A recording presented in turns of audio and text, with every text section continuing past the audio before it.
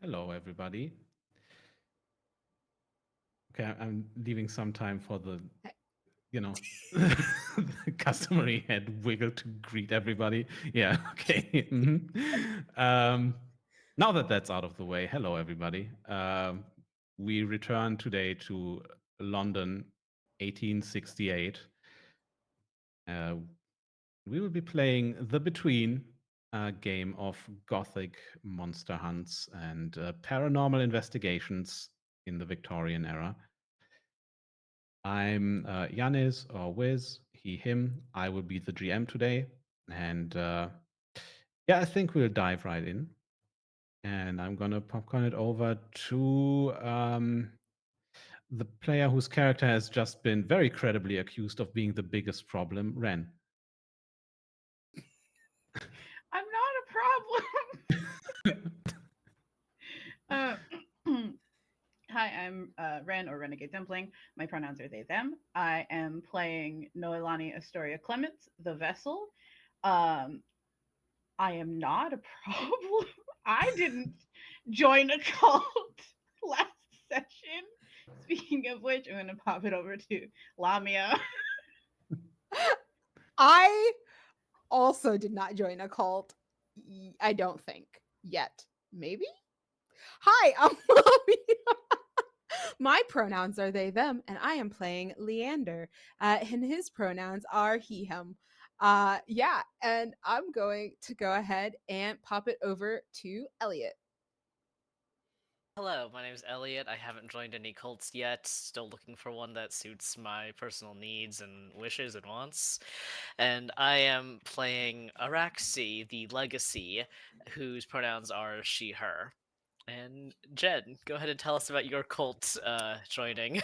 First off, hello, my name is Jen. My pronouns are they, she. I'll be playing Ash Penhallow, pronouns they, them, the Changeling playbook.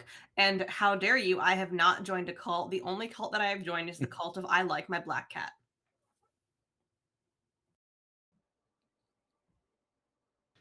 Yeah. Well, last session. What actually happened? There might have been some cultish activity at the docks where something called the Drowned Guardian has been involved or implicated in the killings or well, yeah, murders of a few people connected to a tragedy of a ship collision that killed quite a few sailors. We have found out that the Drowned Guardian seems to be um, contacted through some rituals that one of us has seen by the dock workers and sailors. And we also had a little prophecy, or tarot reading by Nolani, which revealed that 3 people would die that night. We have seen 2 deaths so far. We have seen Nim, the demonologist that you interviewed last time. Yeah, who knows what happened? All we can say for sure is Leander gave them a drink and now they are dead. And then there was the foreman, a foreman that we saw very sadistically make the dock workers brawl for tickets for work. All of them, need to see every day where they get their work from, and was sliced open by said tickets, apparently. At least that's what it was made to look. And just for a little bit, we will return to that night when we last left off. There was a very panicked Nolani confronting a much more relaxed Leander. Hmm. Nolani, are you all right? Did you kill him? Did I kill him? Do Well, I I look mean, like I am capable of that? don't please don't take this the wrong way, but no, you don't. But he was like this and you're next to him. Are you Can I help you? Are you injured? I tripped over his body. She's gonna get up and dust We'll herself help you off. up. Uh, Leander will help you up if you allow him.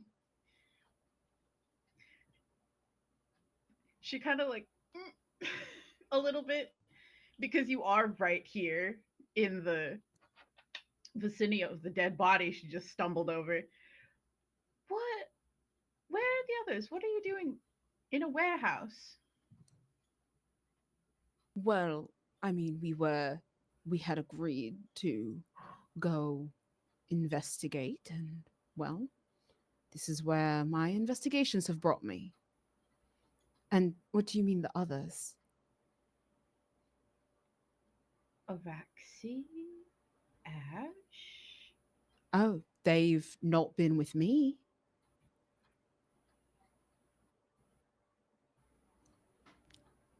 Well, She's making a mental note that he does yeah. not have an alibi. Okay. At this point, what sounds, this is for Leander, sounds of the concluding or already concluded ritual do you both hear from inside the warehouse that you just came out of?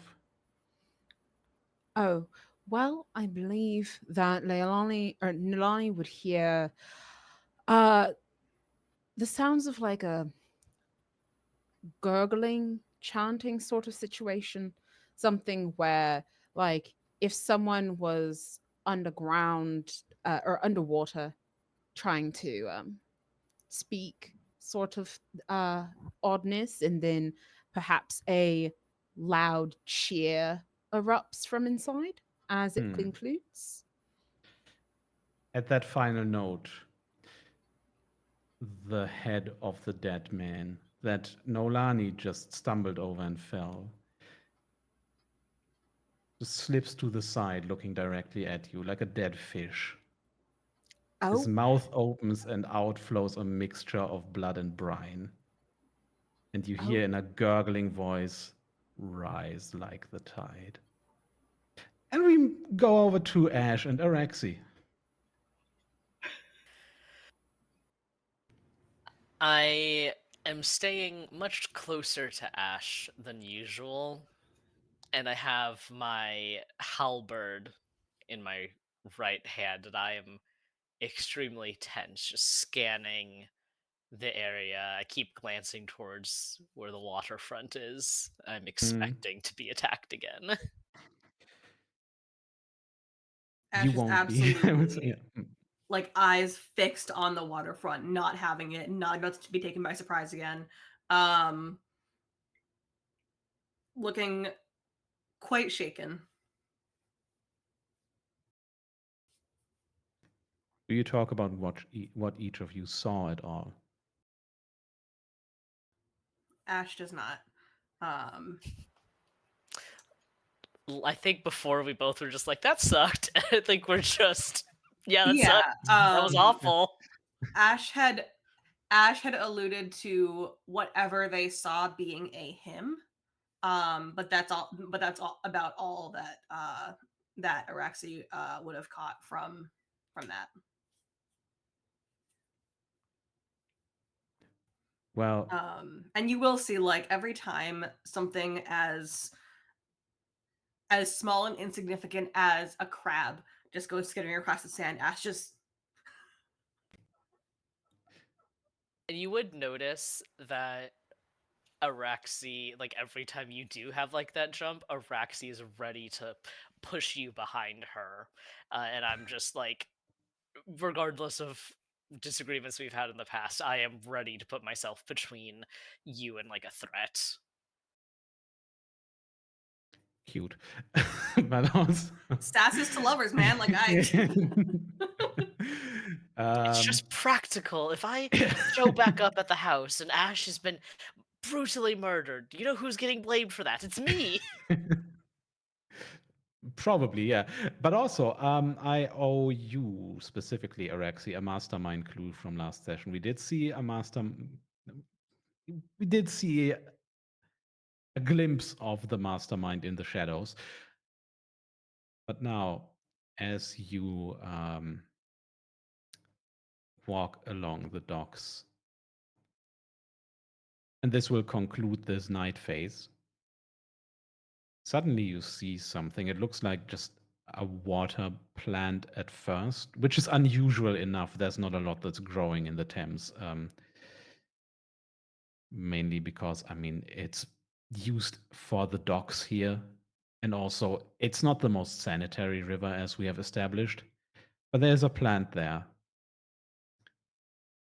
And then you see that there's some kind of glow to it that is pulsating a little bit.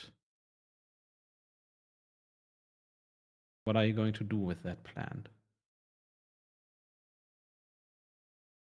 I definitely look at it and then I'll look at Ash and I'll be like, have you ever seen anything like that before? Growing here of all places?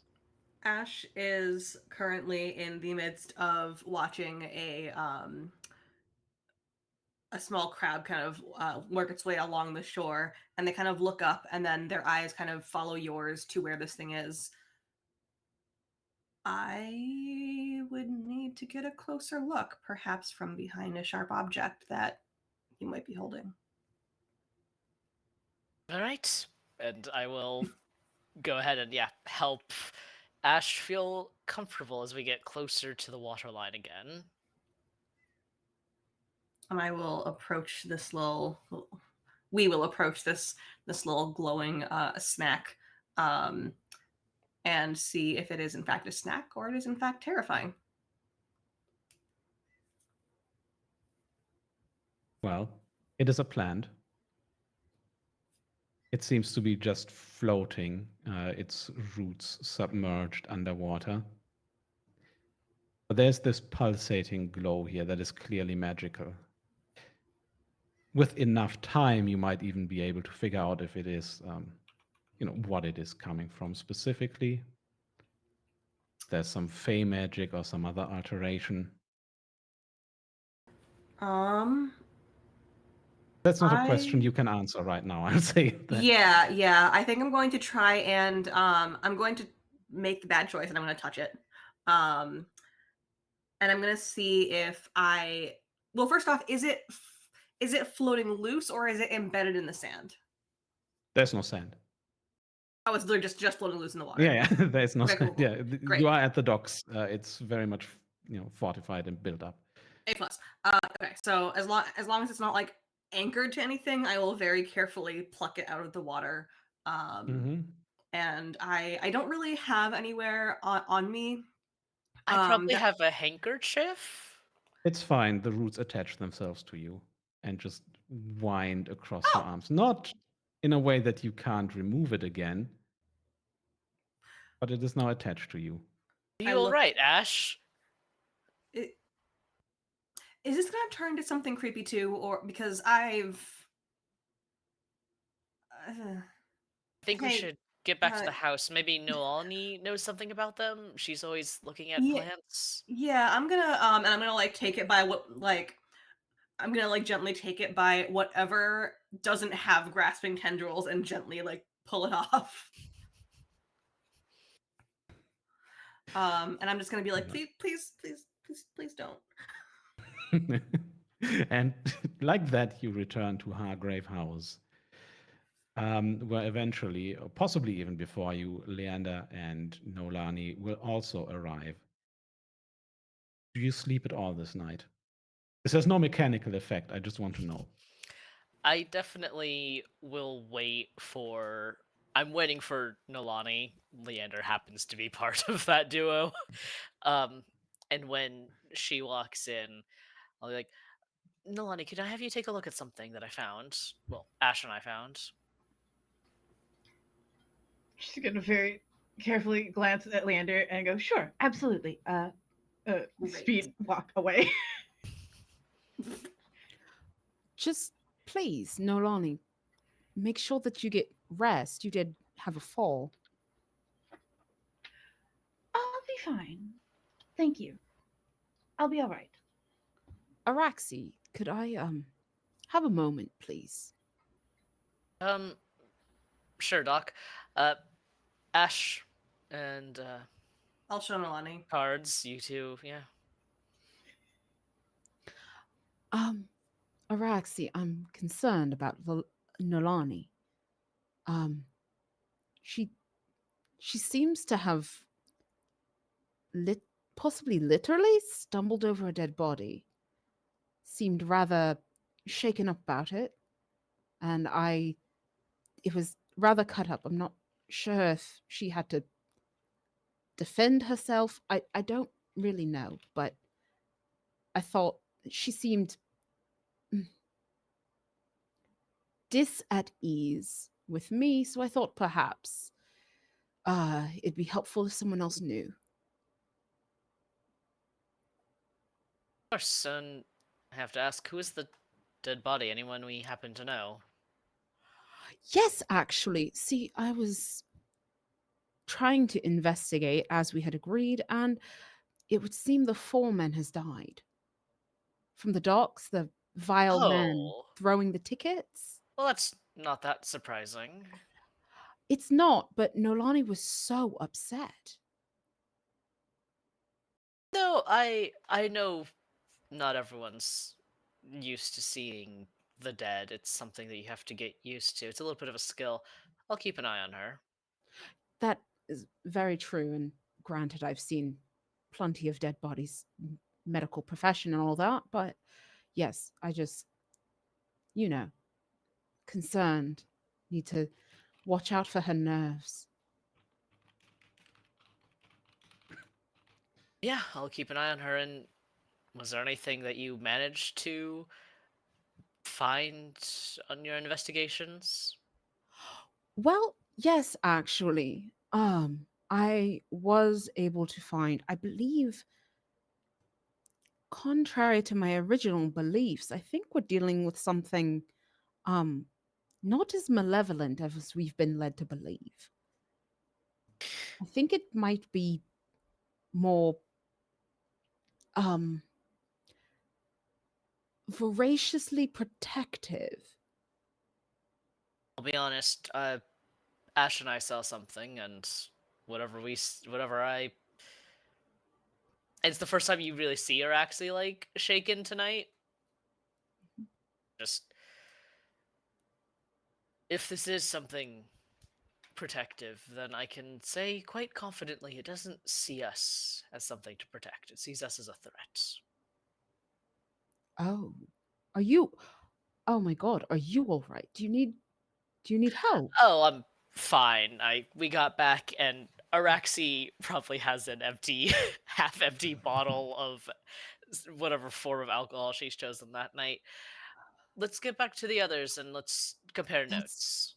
that's not helpful. I'm walking back to the Not others. going We not going to won't fight this resolve battle. Araxi's addiction tonight, I think.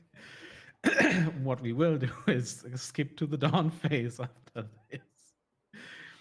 So, the dawn phase is an upkeep phase, so we'll keep this very short. It has a few steps. The first is you collect rewards if you resolved a threat. You didn't. That's it. The second, answer dawn questions. We tried, okay? we we You did. didn't actually try. That's the thing. I mean, an argument could be made that Leander resolved what he perceived to be a threat. I think Leander became a threat, but that's for another day. This is not a safe space for Leander. Just try to help. The second is you answer your dawn questions. This is for getting XP. And we'll go, we'll start with Nolani. What were your dawn questions and, well, which dawn questions, just to keep that short, did you answer with a yes? I have. Did you experience an echo in the night? And did you let the mask slip and show fear in front of a fellow hunter? Yeah. Yeah, so you get 2 points of experience. You need 5 in total to advance. And just to keep it moving, how many XP did everybody else get? Okay. Big fat goose egg.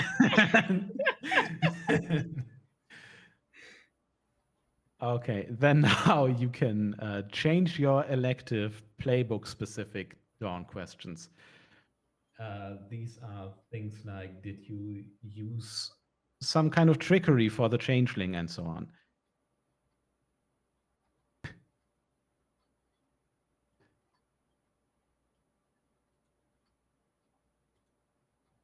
And just give the word when you're done. And I think that would already conclude the dawn phase. Dawn done. Dawn done. Hey, how early does Araxi usually get up? Is it before everybody else or a bit later? Like, what's Araxi's schedule like? Provided that I have not been drinking excessively the night before, which, context excessively for me, I suppose. I am pretty used to waking up with the sun. I have to make the most of every second of daylight that I can get. Gotta do your calisthenics. Does that mean that Araxi is the first to be up?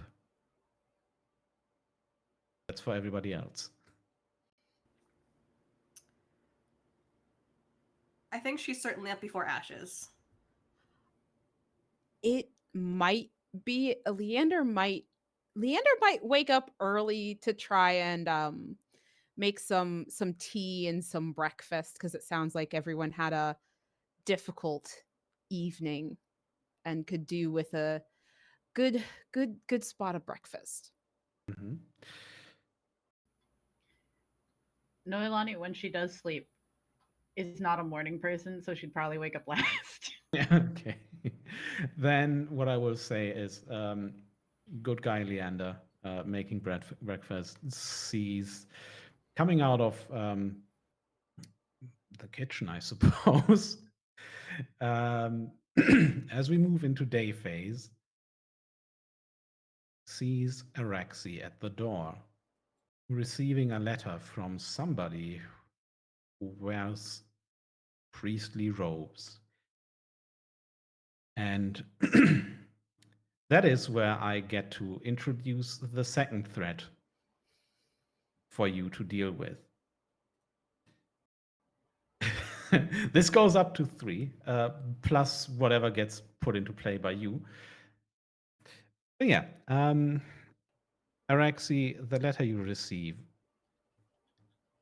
it's come to you from Croydon, which is just south of London. It's close enough by this point to most likely be swallowed up by the city soon and just become a borough of London.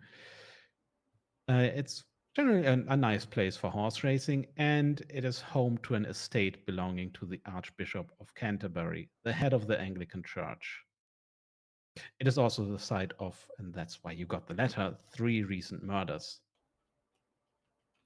The victims are a nun, a construction worker, and most recently, an investigator sent by Scotland Yard to look into the first 2 killings. Wasn't very good at his job. Well, maybe. There's not much at first glance that would unite 3 people like this, but all 3 of them have been left exsanguinated. That's a detail that hasn't been shared with the public. It is in the letter to you. Of course, there is talk of a serial killer in the streets of Croydon. What there isn't talk of yet is talk of a vampire. But you know exactly that, yes, this is most likely a vampire. The bodies of the victims are, for the moment, kept by the church. And you have been contacted by the church. Well, you know, you are the people to deal with that as Hargrave House, but also Hargrave House and the church are united by a fruitful past cooperation dating back to the witch trials. And of course, you belong to the esteemed Justice family. So naturally, you get the letter. It is, in fact, personally addressed to you, delivered by a very nervous looking priest who excuses himself immediately, and you are left with this letter in hand. I read it pretty quickly, and I look up and see Leander standing there, and I say, "Looks like there's something happening down south. I'll have to go check it out." Oh, okay. Oh, all right. Anything you want to share, or do you just there's there's tea and bacon if you'd like. Oh, well, yeah, I can smell it now, and I'll walk into the kitchen with you, and I'll put the letter down. If you want to read it, it's just vampires. You walk into the kitchen and Leander has spread out has there is a modest spread on the table. There is eggs, there's bacon, there is tea, and there are some English muffins with butter and a couple of scones. Not enough scones for everyone, but some. Um, it seems like there's a combination of cooking and like early morning trip to the bakery. And yeah, Leander picks up the letter and starts to read it and very quickly puts it back down and starts laying out silverware nonchalantly as possible. Have you ever run into a vampire before, Doc? Vampires, no, I can't say that I'm surprised they exist. However, um, I no, it's odd, I suppose. They're unpleasant. They are envious of those living and react violently. There's this Mm, twist, this combination of they do hunger for blood. It's what keeps them alive, but it's also their jealousy. I It's thought just interesting. I I thought I thought vampires are just aren't they human technically? No, they're monsters. They I mean, I've we've all seen monsters.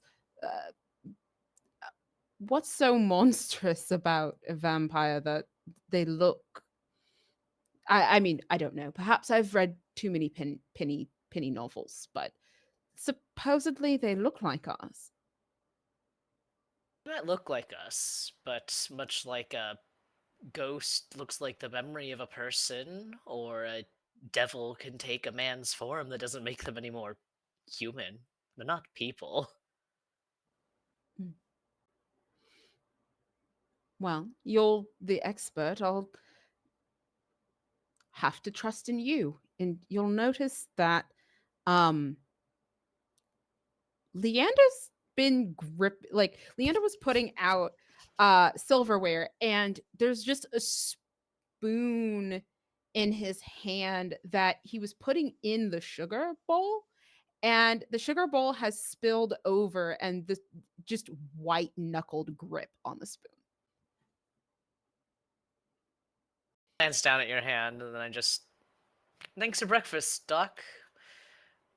You're going Oh, to make someone very happy someday, I'm oh, sure. well, not not with this not with this level of mess, I suppose. Um he checks his watch. I was going to check on Nolani. Um Are you sure you should do that alone after what happened last night? Perhaps not. Would you mind grabbing Nolani for breakfast? Make sure that she actually gets something to eat. Yep. And I have like a piece of toast, and I, do the classic. You've got it hanging out of your mouth as I go to Nolani's room. You're going to choke like that. Manners. Haven't yet. I'll knock twice on your door. Nolani, are you awake? It's Araxi. It takes like a good minute or so before you even hear like rustling. Um, and then very, very soft footsteps. And she opens the door and she looks a mess. She didn't take her hair down, so everything is a little bit and she rubs her eye a little bit. What time is it? 6 something? 6. Is the sun even up yet? Yes. 10 minutes, breakfast. Well, breakfast is down now, but it looks like you could take 10 minutes. Right. Eventually, I'll you also all go get gather downstairs. Ash. Yeah, Yeah. yeah. Whether it takes 10 or 20 or possibly even more minutes, we'll leave that up. But, well, we don't necessarily know that. But you gather at this breakfast that the good doctor has set for you, and you get to decide who goes where. Mechanically speaking, you have two active threats by now. You can ignore one. If you don't resolve one for 5 different night phases, very terrible things will happen. Question above the table because I'm still learning the Yeah. mechanics. Is now when we can answer a question about one You of the can threats? always answer a question. You can only resolve a threat at night. Okay, I would like to answer a question about the drowned guardian of the docks. Mhm. And specifically, it is the entity a demon or helpful guardian spirit? Um, as we are discussing, the four of us are picking where to go and everything. Araxi will say, I think that the entity is a demon masquerading as a guardian.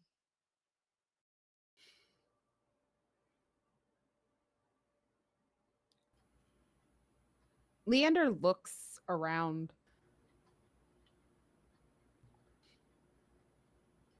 A demon masquerading as a guardian.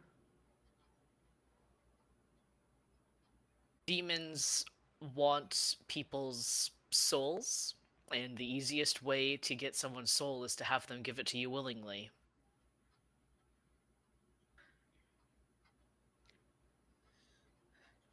All right. Are, So we set a trap. but are they giving their own souls or are they sacrificing others? I'm not sure about that, but I know whatever Ash and I saw last night, that is a malicious being. It seems Well, to the it appeared differently to us, right? You didn't see what I saw. I didn't see a what man. No. what did you see? Because my interactions last evening did not lead me to believe this is actually a demon. All you need to What know is did that you I get saw up to? something disturbing. Yes, So and you you said saw that's not very reasonable, Araxi. Like you saw something disturbing and immediately it's a demon. You sound like the demonologist we met who was rather shaky and unreliable. I mean, to be fair, if it presented itself to us in two different forms at the same time, that doesn't certainly it could be some other form of supernatural entity, but demon is quite likely. Likely, but not it seemingly not correct.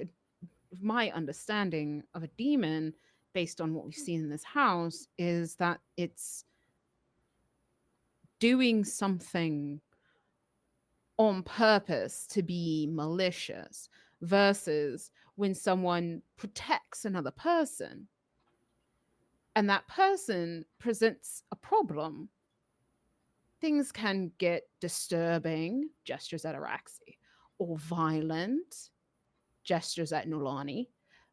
And yet, that does not instantaneously make that malicious. Protection is still protection. I think that what we're dealing with is something very upset that is very upset. I don't think it's a demon. If it was just protecting them, it wouldn't have shoved the work tickets into that man's wounds. It would have simply killed him. Did you see what the man was doing to the workers? There's in novels. When I was in school, we we also read literature, and I think one thing that was harped upon in the classics is poetic justice. That you don't man get to was quote my last name, my family name at me.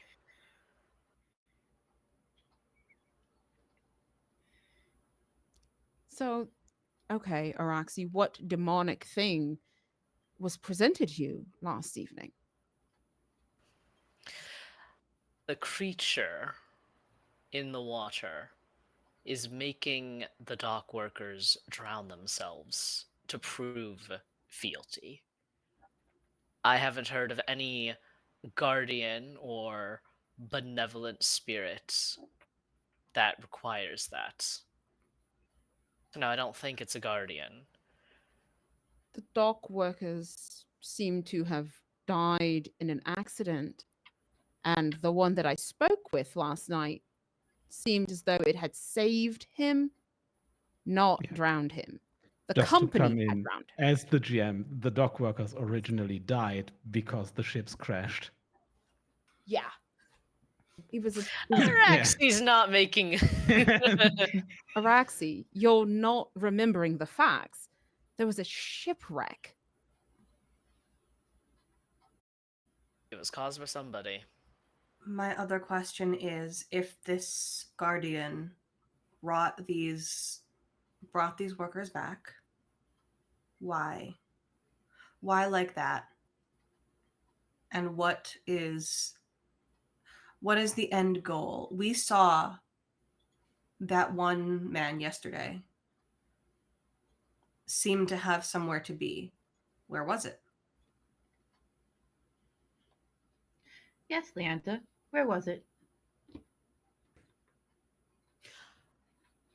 I believe there was a meeting. He said he had to go to a meeting, but he seemed rather all right with his status. Oh, well, certainly. Meeting That wouldn't with surprise me. They've You know, bought he's into the alive. delusion. a meeting with ritualistic, gurgling chanting, mind you. Is that what was happening before the man died that you tripped over?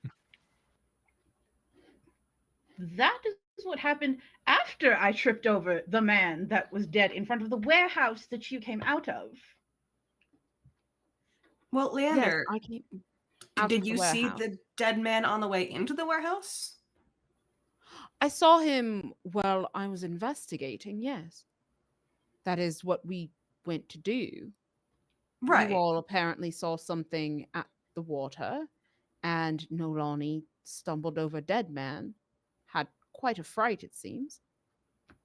Araxi, if you could assign a feeling to what did you feel after our encounter last night, immediately after? Just one emotion. Because mine was guilt. There was a little guilt. Look, Leander, I'm not accusing you of anything. I'm just saying that this entity, for whatever reason, has decided to target these dock workers. And I do believe, truly in my heart, that what is best for them is to stop it. And for myself, I honestly, I don't talk about it much, but I come from a place where people give credence to spirits, and it's not all angels and cherubs. Some things can get rather ugly in a pursuit of protection, and I think that perhaps it's not that the dock workers have been targeted, but that they have sought protection. I would argue that right now, both of these are hypotheses, and the only way to know for sure is to seek to understand more. I And would I agree. will say, as the GM, I will say if you can't agree right now, then you can't roll. And also, I will say the question is specifically, is it a helpful guardian spirit, not benevolent, just helpful?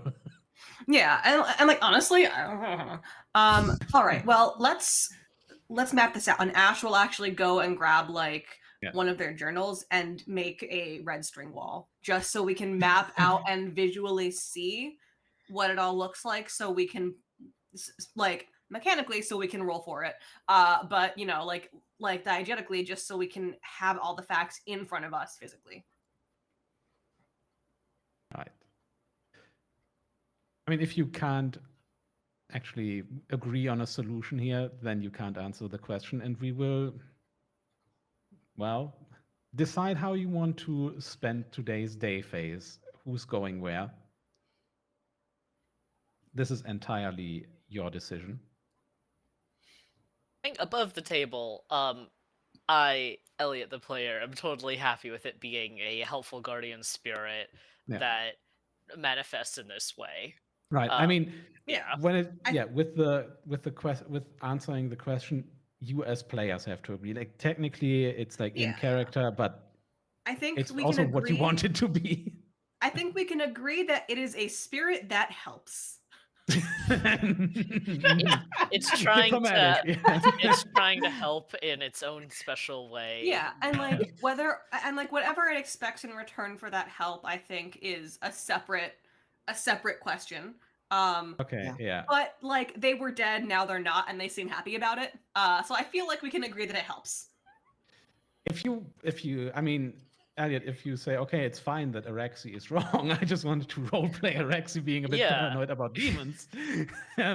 We can try to say that your explanation is it is a helpful, not necessarily good, but helpful guardian spirit. It is a spirit that helps, as Jen said. And then you need to figure out how to fit the 4 clues that you have gathered into that theory. Yeah, I mean, like, I know it was Leander saying it. So, like, as Leander said, there are definitely, like, spirits are not binary in all cultures. And Araxi sees things in a very specific worldview, being raised as a monster hunter. So, hey, maybe it'll help. Okay, who wants to roll? First, you need to actually Oh, work the clues into a working theory, and you need to really check them off. Like we have odd disturbances in the water. We have the bracelets; those should be easy to explain. The graffiti, and that the monster's appearance depends on who sees it. You don't need to fit all of them into one theory, but the more you incorporate, the easier your role gets. Probably don't want to use all the clues because the complexity gets Ah. higher later. You find more clues as you go. Okay, we do find more essentially, clues. yeah, you should try to fit as many as possible. Because the difficulty is, so you roll your 2d6, then you add the number of clues that you have found, which right now can go up to 4, and then subtract the complexity of the question. The complexity of what is it is a 2. So if you fit all clues into that, you roll at a +2. At that point, failing is unlikely. At a +3, your average result would be a clean success. But even at a +2, you're probably going to be right, more or less. I mean, I'm inclined to say, right, that I had it. The ADHD stole it. Oh, the personalized manifestation is meant to inspire not necessarily confidence, but at least a sense of this thing knows me. So I guess like a sense of connection. Personal touch. Yeah, exactly. It's the personal touch being like, I know you, and like I can help you. Right. The braided bracelets are just a sign of the faithful, like any religion or spiritual path, where they serve as both faith and protection. Graffiti.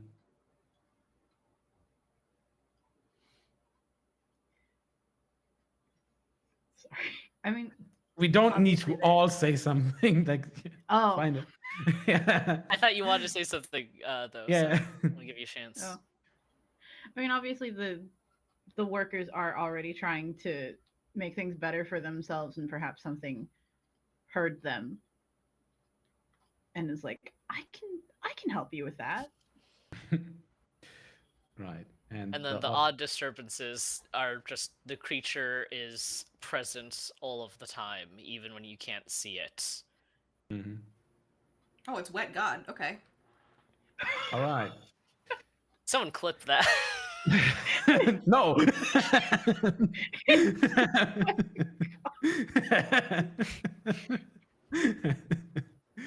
um, yeah, the wet god theory. We're rolling at a 2d6 plus 2. I think, Jen, you deserve to roll here for that. Oh, for wet god? Is that what I Yeah, have to do? Okay. yeah, roll for wet god. I will roll for wet god. All right. This is our very serious horror gothic campaign, guys. Thanks for tuning in. That is a 6 plus 2, which is an 8. All right.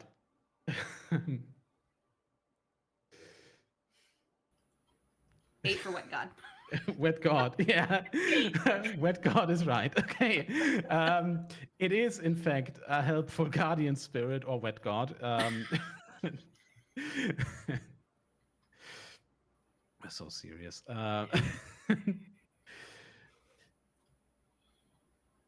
But there is an unwelcome complication. So. Was the 8 after you added the 2?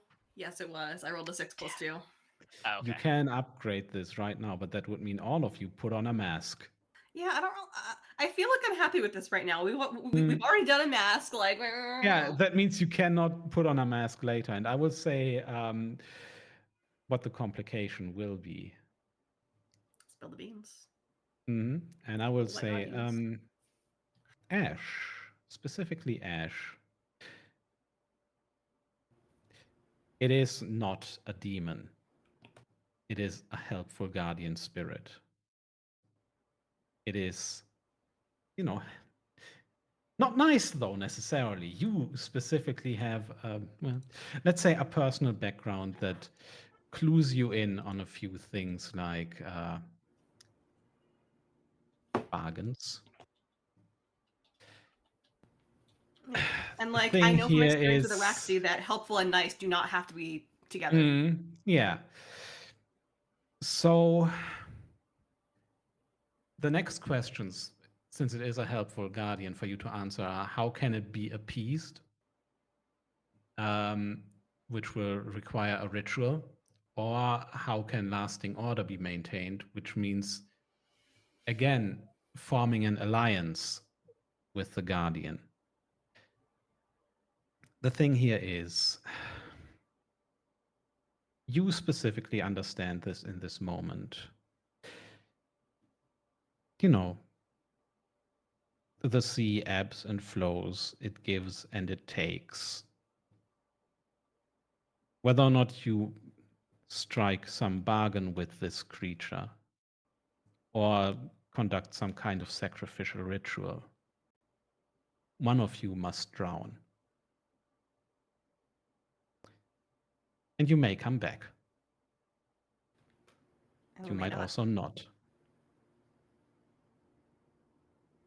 So the resolution for either question is going to include drowning, which is going to be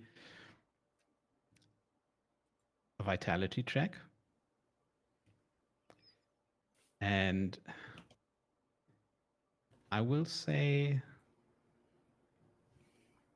nothing more for now. It's going to, but yeah, you I'm gonna be might super die. real. I'm gonna be super real. When Ash was talking about like having to find out one way or the other by like actually investigating, at this point, y'all know what it looks like when Ash has a bad idea and they know it. And like it's the I have a terrible idea look. Whatever's about to come out of your mouth, Ash, I don't like it. Oh, it's not about what's about to come out. It's about what's gonna go in. Dare I ask what? Water. A lot of water. Are you going to drown yourself?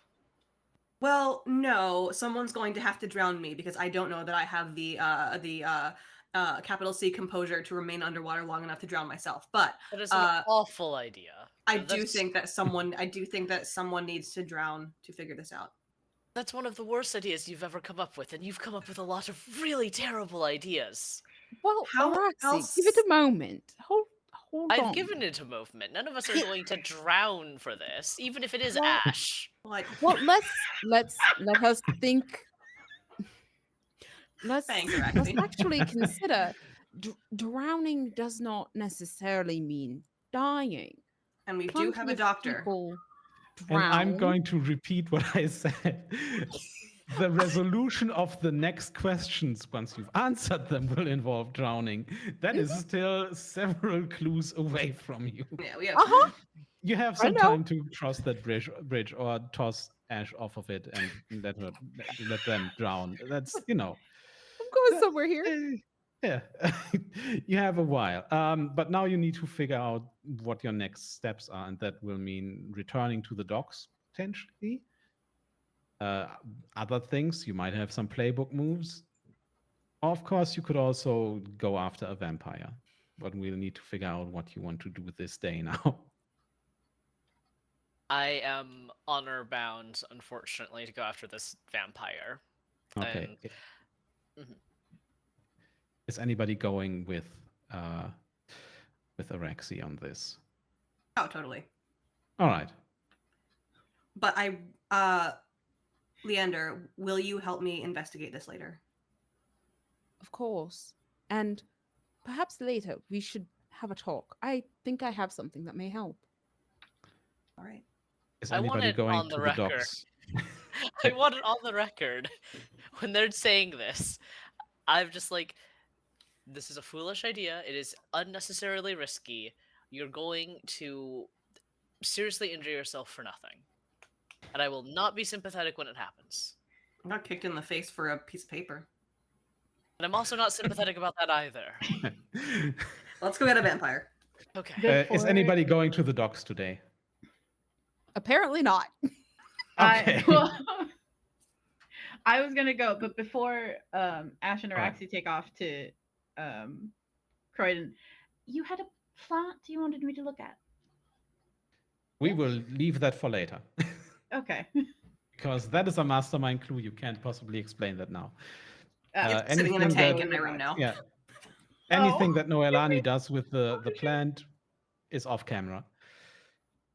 Also, we've been going for an hour and you haven't rolled a single die. So we go now. This is what happens when you go to get the 4 doctor. role players together. We did Also, roll. yes, we have. We We rolled rolled. for the clue. We rolled for the Okay, the answer. yeah, that's true. You haven't rolled a regular move. Let's say it like that. So hands up, who's going to Croydon? Okay. Oh. Noelani is going alone to the docks after being traumatized there yesterday. Nobody is coming with Noelani. It's fine. It'll It's be daytime. fine. It's all right. No, it's daytime. Daytime is really fine. I would always recommend you split up according to what your characters would like to do. And yeah, we will leave the Drowned Guardian behind for a little bit and go to Croydon. So you arrive by train. There's a newly built railway line. And from there on, yeah. How awkward would it be to bring my halberd with me on the train? I do imagine that Araxi has some sort of trapeze yeah. so it Mm, looks like a very large instrument, maybe. yeah. But I Sure. would want to bring it with me And if a we're You going. can have really it with strange you. mandolin. Yeah. Mhm. You It's a have harp. it with you. Yeah. um, yeah, you can have it with you. After you arrive with the train, this is where it might be a bit awkward with the oddly sized instrument. You continue on by stagecoach. And you continue on to Addington Palace, the residence of the Archbishop of Canterbury.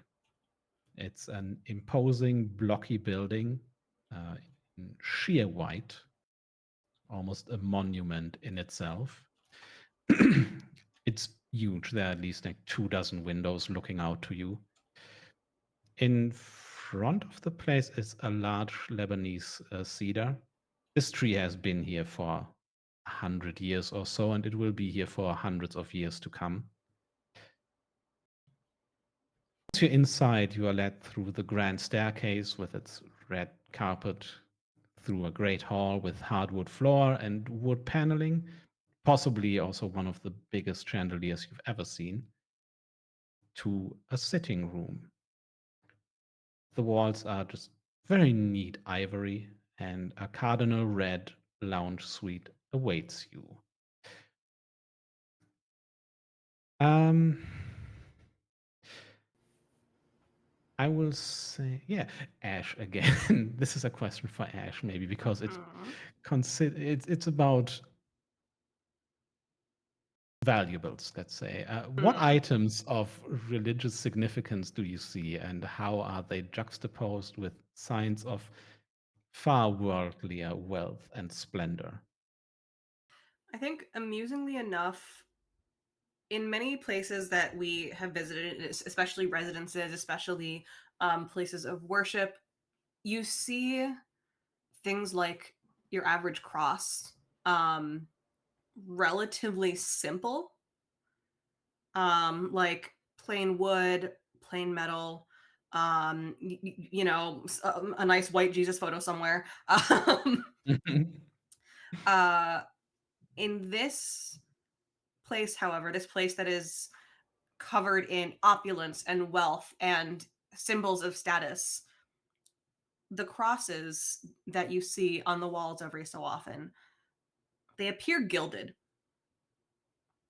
Um, this symbol of sacrifice, the symbol of the sacrifice of a very humble born man, um, has been turned into what can only be called as ooh shiny, and a symbol of wealth and status that really doesn't quite fit the symbolism there.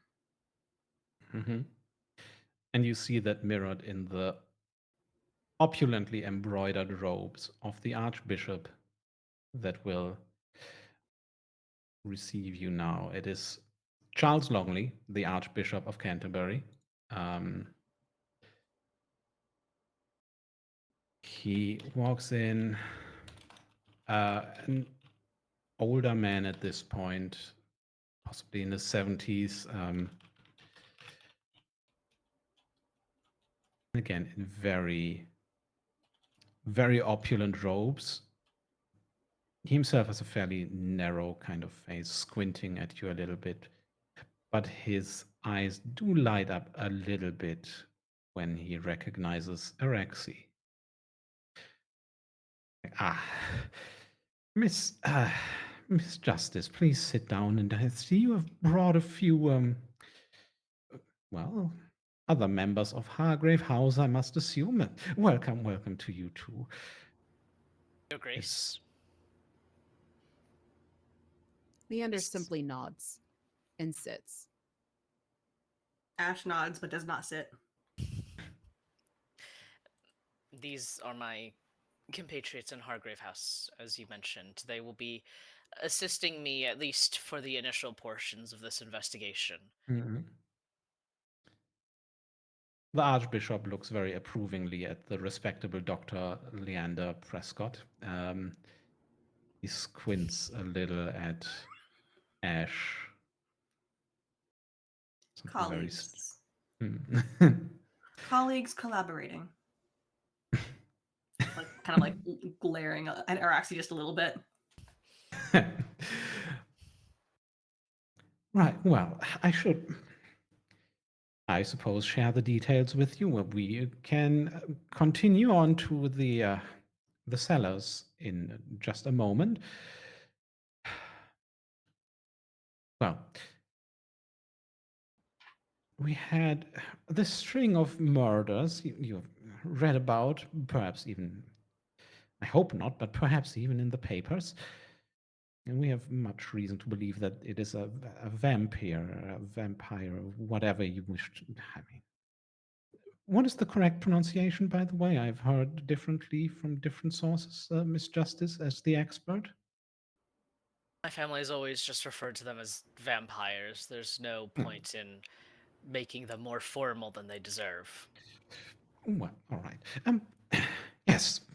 Anyway, terrible things happening here.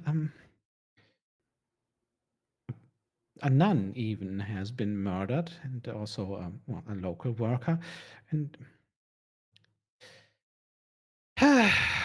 well, a detective from Scotland Yard. I would have so wished they hadn't come. They are not equipped to deal with what we have here. The Yes. detective, did they come to investigate these killings, or was this seemingly Oh, independent? they came to investigate the killings, but they were not contacted by us. All right. I believe it may be partially our fault. Unfortunately, we of course haven't released the details of there being a vampire, potentially quite likely, behind it yet.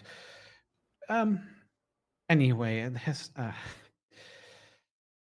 how to breach that subject. There's another reason that makes us believe that there's something more ancient than a regular killer behind this. You see, there is one of the heathen barrows, the burial mounds of the old Anglo-Saxons nearby, has been disturbed, let us say, when it was supposed to make way for uh, a horse racing track. I see. And so you believe that this creature might be retaliating or have been woken up during I this. believe that is where it might have originated, yes. Do you have the information on who was buried in that No, mound, or is it this just all far records? predates birth and death certificates. I'm rather afraid.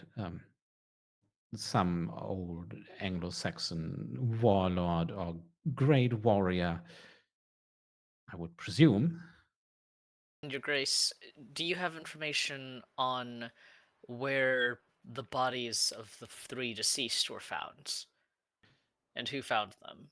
They were found at the break of dawn in the streets, Near each other? simply left. Oh, no, this happened all on separate nights.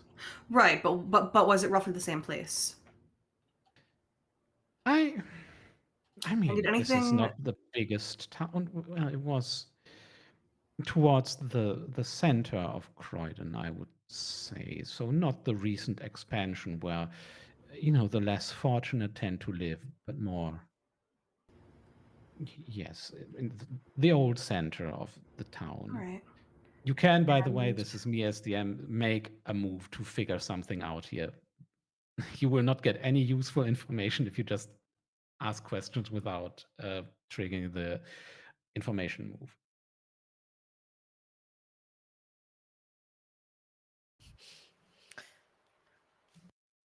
I'm hoping one of my two companions do that because I'm not too good at those things. yeah, Yeah, no, do I'm I'll go do for it. I think Leander's been sitting and just listening and picking up on things. He means that it's bothering the people that matter. And I'm wondering what he's kind of holding back. So I'm gonna go ahead and Leander's going to say, Your Grace, what aren't you telling us here? Hmm. And not bad at all. Let's see. Araxi, who Um, usually doesn't care how you refer to people formally, will be very surprised at how frank and blunt you are being to the Archbishop right now. um, and that is going to be a 9. Okay. So there's going to be a complication. Mhm. Um, the complication that you there's a complication with the clue. All right. How can I make your life difficult here? Um, he begins to cast a very furtive glance to the side, and you see an ancient, like pretty much falling apart, leather-bound book. It is the the diary of a church inquisitor from ages past, as he will now reveal to you. Well, this has surfaced, I should say. It's strange. I mean, it's rather odd. This is a book from the Tudor era. Uh, one of the first Anglican inquisitors, and his, let us say, growing obsession with his prey, or vampirism itself. Here, I suppose I should entrust you with it, but I implore you to be very careful with it. It does have not just historical value, but it might also be instructive to us in the future. And you get this book, which is a clue. Leander is gonna open up his doctor's bag and take out a pair of white gloves and put it on and say, "Of of course, I would. Mm. We will be incredibly careful." And as he said, this is kind of a descent into obsession. One page may detail something about an ancient vampire that this inquisitor was going after, and the other then is just a visceral description of self-flagellation, very heavy on the description of blood. And there's something that Leander realizes. And I'm going to pass this question on to you. There's something in this that points to just, we won't get into why Leander might know this, but that points to an unbroken line of vampires. Something that this vampire who is talked about in this diary has done that other vampires have also been, engaging in around London. What is it? It's the formation of families of sort, where I think the vampires, this particular inquisitor has become obsessed and fascinated with this sect of vampires who have started to try to um, ingratiate themselves into aspects of society for the fringes, but still for the protection and easier hunting. Mm-hmm. And I think he posited the idea that he, between his flagellations, found a line of such a sect who Right. found distant relatives of powerful people to bring into the bloodline. Yes. And if the vampire that was freed is really from Anglo-Saxon times before even Christianity arrived here, this could be the sire of a great many vampires that are around today. however many that are in London. I mean, who would know that? It's not like any of you would have a specific idea about that. But anyway, Araxi pulling out the vampire census of 1721. Yeah. But yeah, the complication is, hey, what if there are more vampires than just one that might at least get attracted to the activities of this first one? So yeah, thanks, Lamia, for putting more vampires into the game. We will continue on. You have this. You are now, if this concludes your kind of talk with the Archbishop, he will lead you down to the cellars where you can look at the bodies. Right, the cellars are far more austere compared to the floors above. It's very somber and right now suffused with a smell of incense, and there are also many, many lights that have been placed, illuminating every corner. Can I also just as folks are walking, I think Leander's gonna trail behind a little bit, with nose in a book, a very Mm, old familiar pattern, but I'd like to look for a specific name in this book. sure. Should I roll for it or I was Would you say that this could reveal a clue? probably not a clue about the case cuz this guy's time would have been before the vampire we're looking for. This After, is but private the one. project. Oh, okay, the private project. Okay, I mean, sure. Then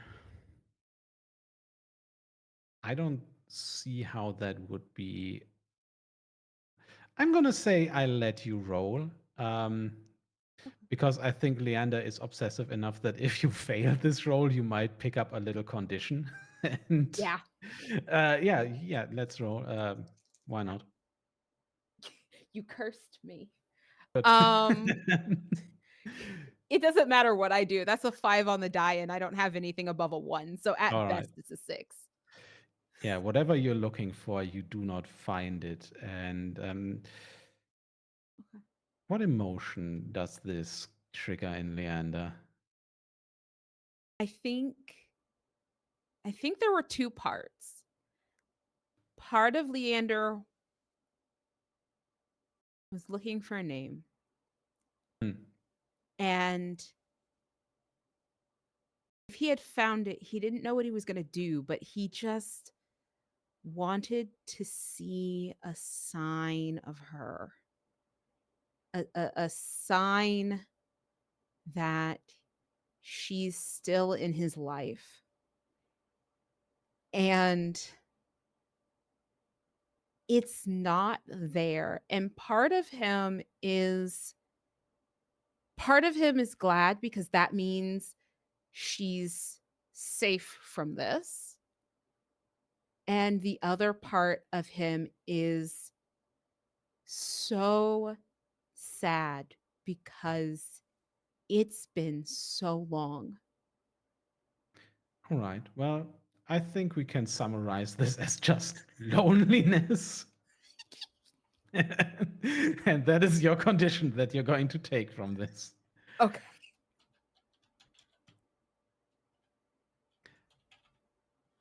Okay. As we walk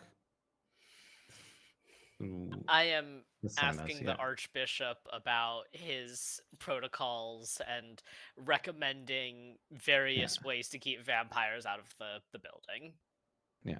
Oh, the inviting inside then is not necessarily true, you say? Well, that's No, it's a lie spread by vampires because it'd be quite convenient for us to forget all the actual ways to keep them outside of a building. such as? Well, spreading holy water in an area is a pretty surefire way. Some people use salt, but that's kind of expensive, so I wouldn't necessarily recommend it for as large a space as this. If you happen to have any um, Right. Yeah, and I'm just going on. Yeah. Yeah. Right. If you are in need of any of these things, do not hesitate, of course. And you can add holy water to your personal items that you can pick up later. You get a squirt gun with it, just like. No. Damn it. I have a flask of holy water. I have a flask of what's definitely not holy water. I cannot get these two confused. Do you have? Oh, no, I was gonna say it basically is profane water, except it's fermented or whatever. So you are led to where the bodies are kept. You notice that they are bound, even in a way, as if somebody was fearing that they themselves would rise. But most obviously, also, these bodies have been exsanguinated, yes, but they have also been defaced. The detective, very literally so, his face has been completely torn apart, leaving just a bloody grimace. The limbs of the worker are broken, and the nun's back bear deep marks of flagellation. When you say bloody grimace, are we talking like a Glasgow smile, or literally just like fucking gashes everywhere? There's not a lot of skin left there. Everything has been kind of broken and torn apart. Looking at the bodies, I'll call this an investigation Mm-hmm. attempt. I would like to see if if I can tell whether the wounds were caused majority by like an implement or tool, like a weapon, or by what I recognize more as like claws and fangs. Oh, yeah, okay, sure. I don't suppose I can argue my way into vitality roll for this because it has to be Absolutely a not specific that. No, body. no. All right, cool. Reason then, I suppose. You can argue your way into sensitivity. Sensitivity because it's a supernatural force, and I'm No. really nope. You Okay. yourself have to do something that is vaguely supernatural for sensitivity to work. Okay. Okay. Well, I can do that, but Um.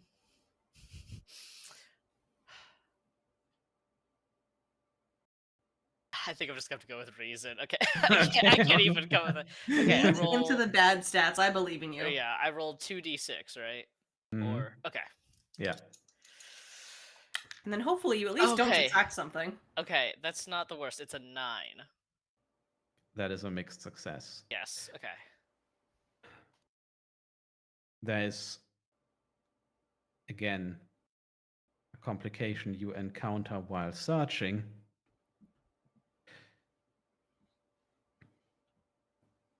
Or with the clue itself. In this case, the complication you encounter is that you realize that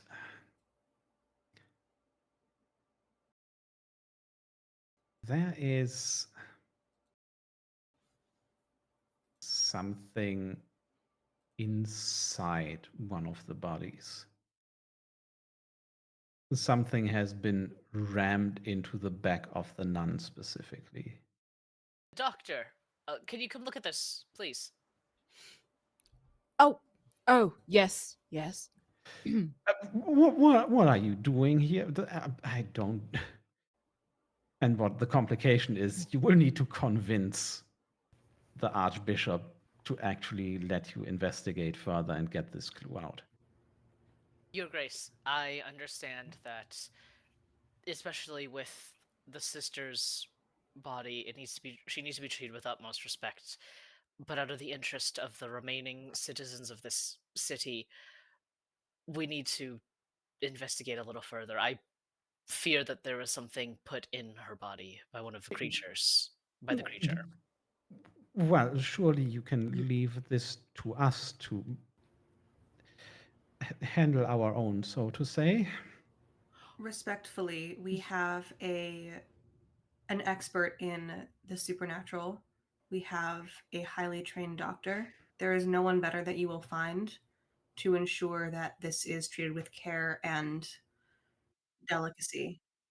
Your Grace, what I can assure you is we can clear the Okay. room. No one but Araxi and myself.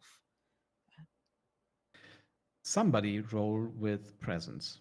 All of you have spoken, so whoever wants to at this point. All right, fine. All right, here we go.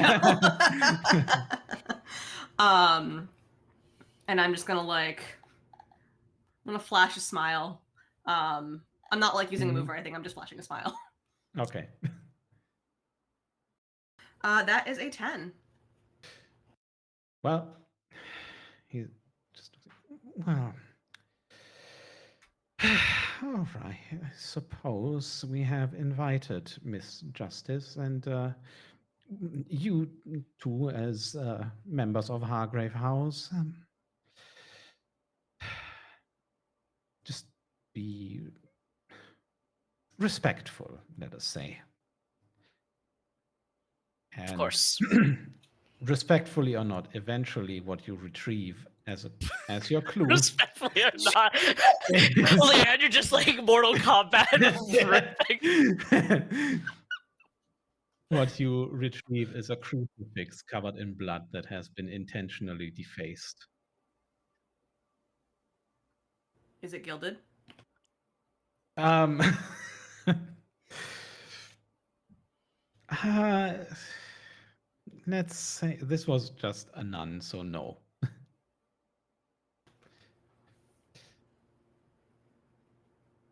Anyway, Araxi, Yes. is it true that they cannot touch crucifixes? The weaker ones can't. But between this and the book that our good doctor is currently reading, This is an older, stronger one. I see. you see just beads of sweat on the face of the Archbishop. But with that, we're going to leave Croydon behind. And just before the break, we're going to finally go to the docks. What is Noelani doing there? I'm glad Araxi's not here because I have a stupid plan. Good. If you drown yourself, I swear to fucking God. No. You- Okay. Again, please don't drown yourself before you've actually solved the next questions. Please, please. I want to go back to the warehouse that I found Leander at last night, and I want to see if I can investigate inside. Right. Oh, that's good. I have a complication for you there. But Oh, yeah, no. how do you think you can get inside? Because I mean, it is a warehouse. It is in use. Oh shit! I didn't think about that. Um. Yeah, we got the. I'm. I'm a technical servant of the queen. I can do what I want. Correct. Kind of. Yeah. I mean, if you just start poking around there, that just means that whatever you investigate will be visible to everybody else there. So that can give more complications, but you are a servant of Her Majesty. That is true.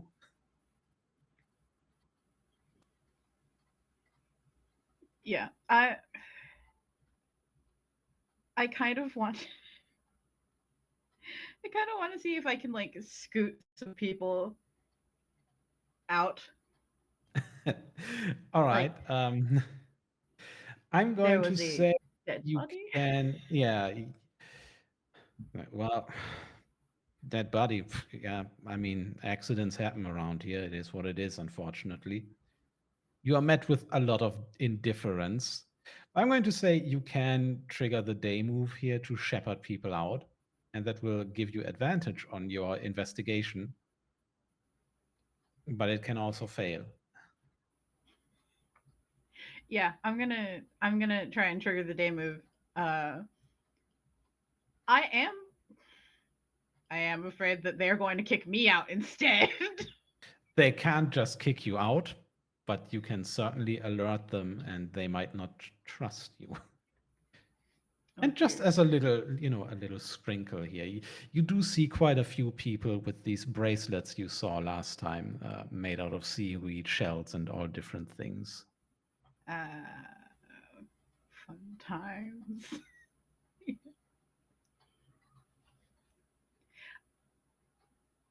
That was a thought.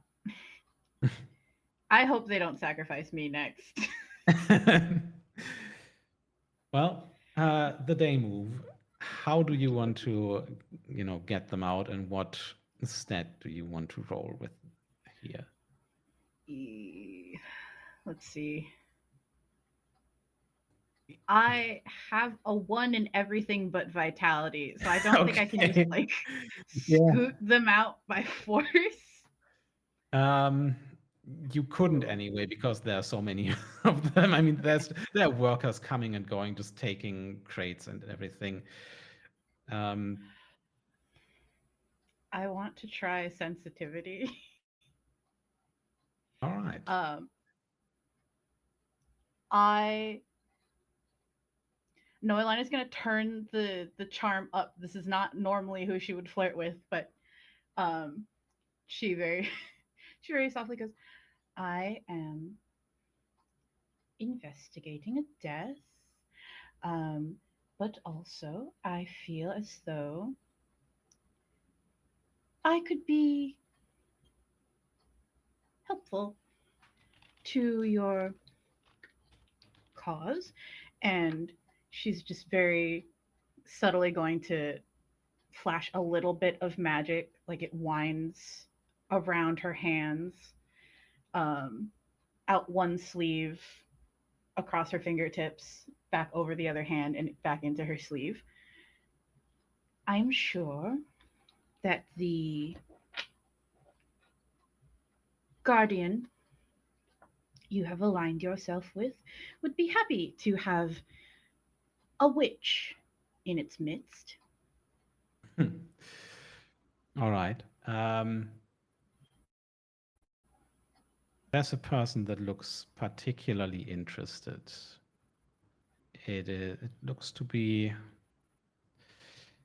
an Indian woman in very loose clothes. No name yet. You may meet her again.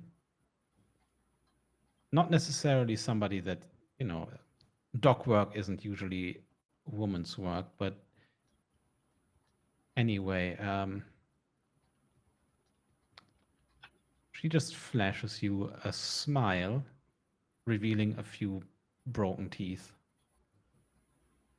Not unattractive, though, and about your age, I will say that much. Um, anyway, she wears a bracelet, and you can roll. Okay. These two.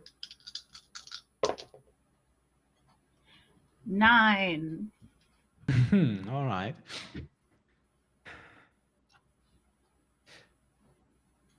With that, I have a. So,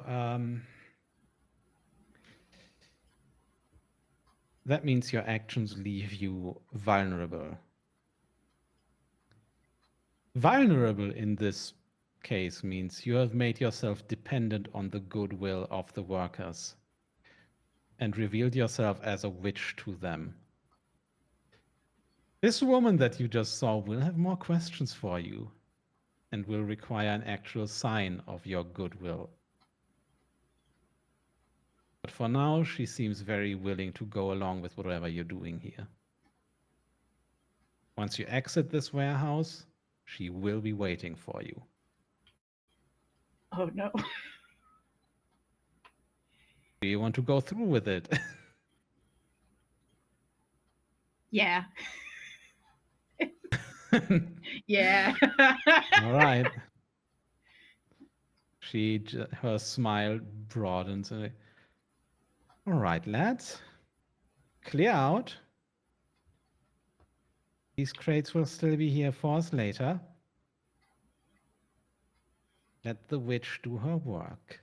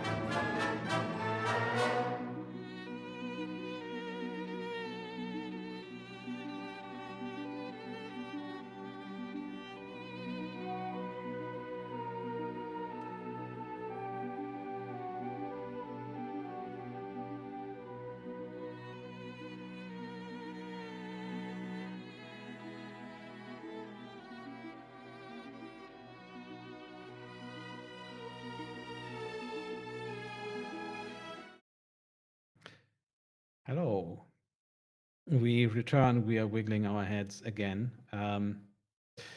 We are at the docks still. Noelani has just, well, got the warehouse where the good Dr. Prescott was involved in some business last night to herself.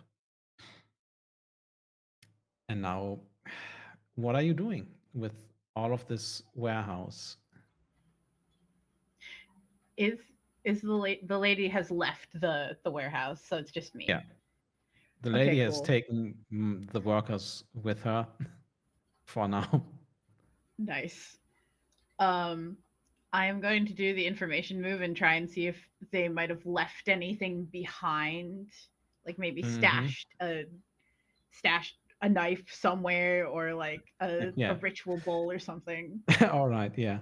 Um, so you're specifically looking for ritualistic things. That could Yeah, mean rolling with sensitivity again, but usually investigating like this would just be reason. that's fine. It's a +1 either way. Yeah. You I'll just use you just need reason. to tell me how to frame it. Yeah. Okay. Because that can inform what kind of clue you find. All right. Reason. Okay, reason.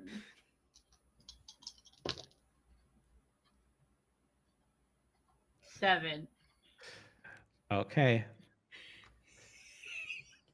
That means there's a complication. Once again.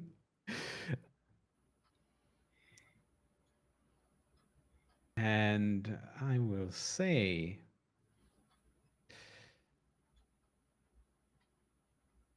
you find something.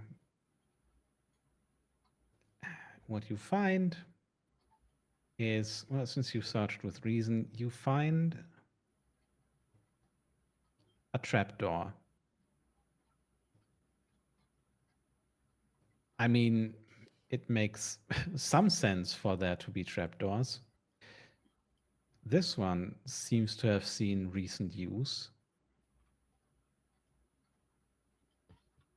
You open it, and directly underneath there's just dark green water. And floating on the water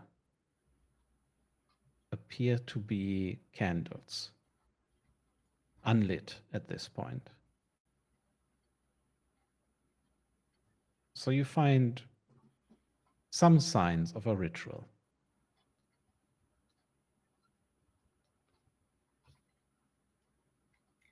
That would explain the gurgling. She's gonna close the trap door. I will say also the trapdoor is obviously big enough to fit a person in there.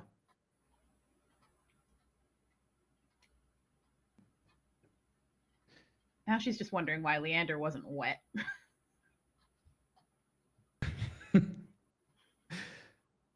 Right. Well, after a bit of time, the this is the one clue you could find in this location. You would leave the warehouse, and outside, right after you leave, workers begin going back in, looking at you like, "What the fuck was that about?" Um, we might not get paid, but there's one person, of course, who doesn't just go back in. It is the woman who ordered them out before. She just sits at the cobblestone by the essentially water line. Just looks at you and flashes you another smile, revealing a few broken teeth again. And just shouts out, "Find anything you like in there." Um, she's going to smile back. Not quite, but out here perhaps, yes. Right. Well, Witch of the Queen, I think we haven't really made our acquaintance yet, so why don't you sit with me for a minute? She's gonna do her best to like clean off a little space to sit next to the woman. Hmm.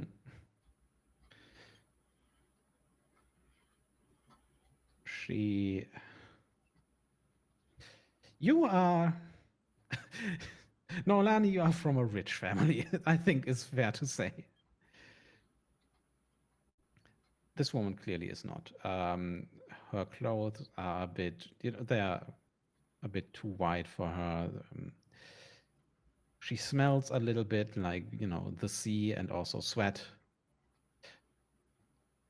But there is something very oddly attractive about her anyway. Um, she looks.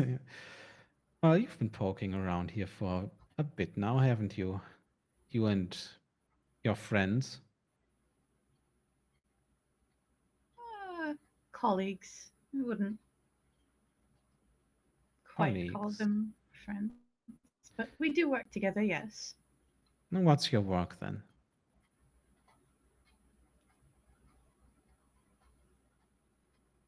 It's a little bit like the Scotland Yard, but for more particular questions. Scotland Yard. The barest mention of that made her look turn sour for a moment. What questions then? Well, what's been happening to the dock workers in the wake of the tragedy, and what might be happening here that requires a little bit of specialized attention?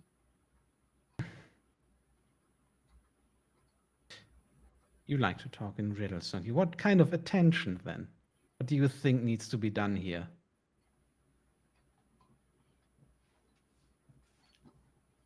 Noelani tilts her head a little bit. Well, obviously, better conditions, and she's looking at the gross nature of the dock. Where I was raised, the docks are very clean, the workers are taken care of, and there is not a fight over who gets to work.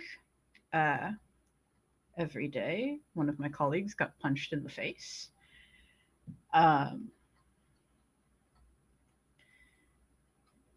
Perhaps a solution that can be brought to the crown that would protect those working here. Ah, yes, the crown. You know, in India, it was much like. Where are you from? I am, well, I suppose it's, at this point, I don't remember if it's now a state unit. I am from what we call the Kingdom of Hawaii. Ah, sounds nice. Much like India must have been before the crown arrived there. The crown, the ships, the guns. If you think a solution can be put to the crown that doesn't end with bloodshed, you have so much to learn.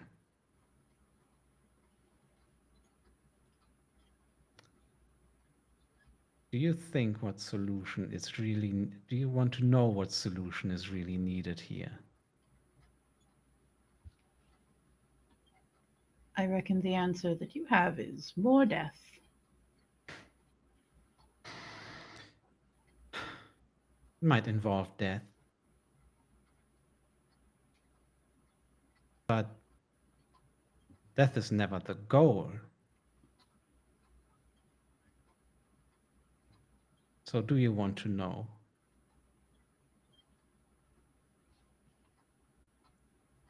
You've piqued my interest, yes. And now her smile is a wide grin. She grabs your hand and rolls herself into the water of the Thames. You resist.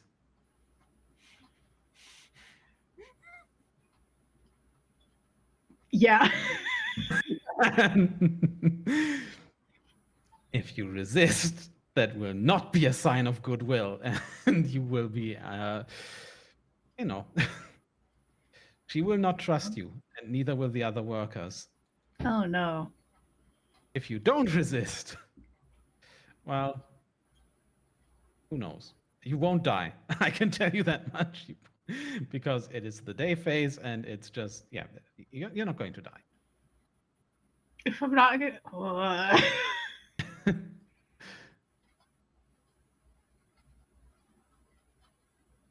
I'm not very strong.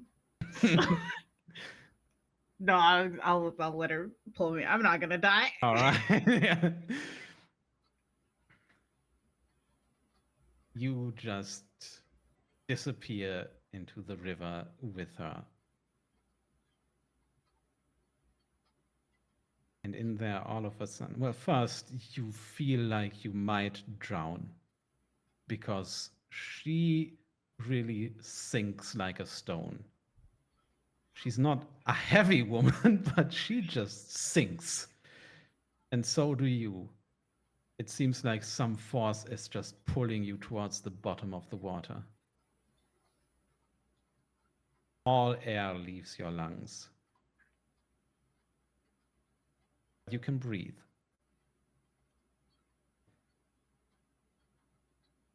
And all of a sudden, you see something in the distance, in the water, which you shouldn't be able to see through, but you realize now you can.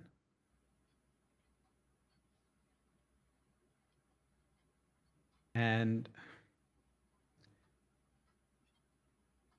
describe to me what would, in the water, specifically related to this drowned guardian, what would a manifestation of ancestral power look like to Nolani?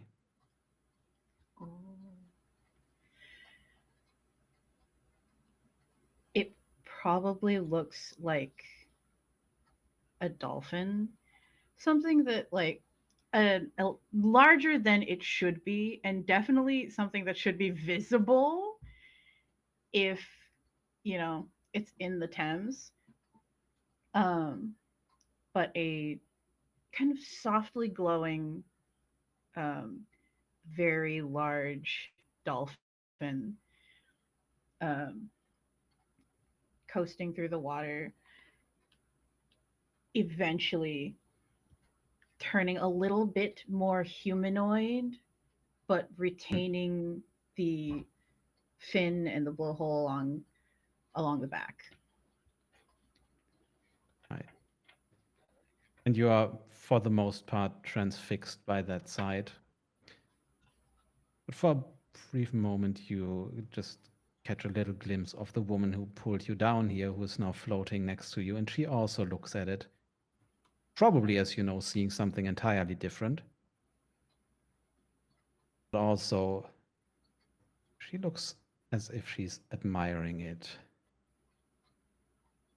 And you don't know how much time you spend looking at this, but at some point, all of a sudden, the just pressure of the water still, although you can breathe it, becomes a bit too much.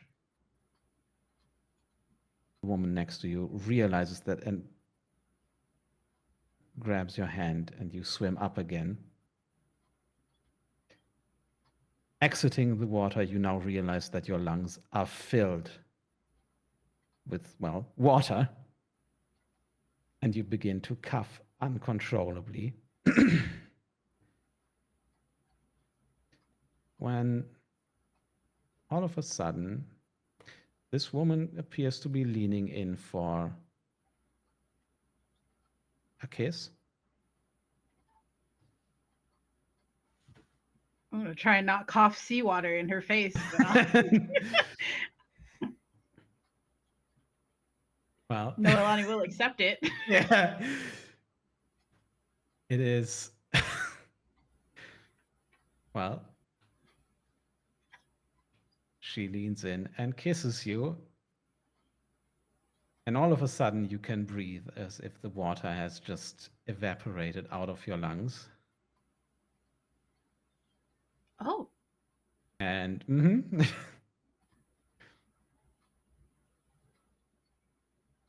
after the kiss, She just leans back, soaking wet, obviously. Yeah, yeah, yeah, Jen. Nolani can see exactly what she looks like under her clothes, but will not get into that specifically. She just looks at Nolani. Oh, beautiful, wasn't it? I mean, the Guardian, of course. She'll nod and go, yes. And you are as well. Right. I think it's about time we possibly exchanged names, wouldn't you say? She's gonna hold out her hand and go, Astoria. Hmm. Beautiful. You can call me Satya. If you ever need something here from me or the other dog workers, you just come to me. And we'll look past your affiliation with the Queen for now.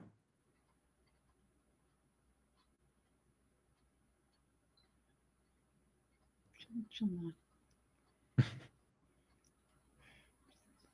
Both a little flustered.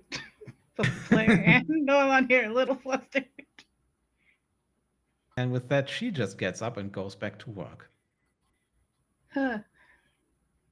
Yeah.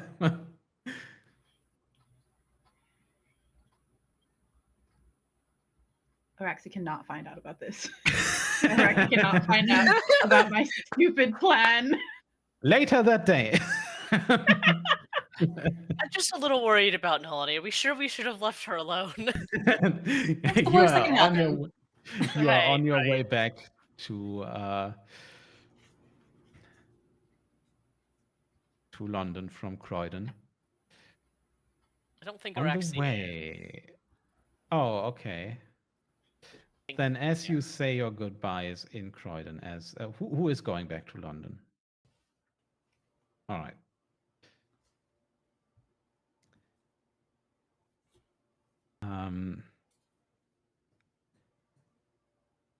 You will be alone then, Araxi.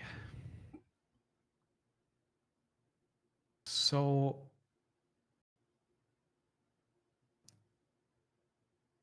there was something when you came home after your little adventure at the docks.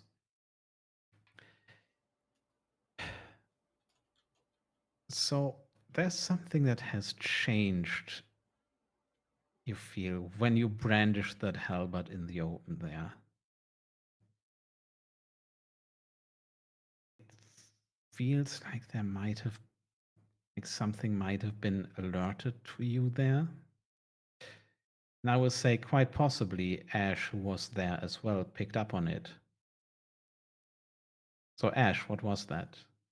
What kind of changed in that moment? What kind of strange feeling did you get? Say that one more time because my processing just did not.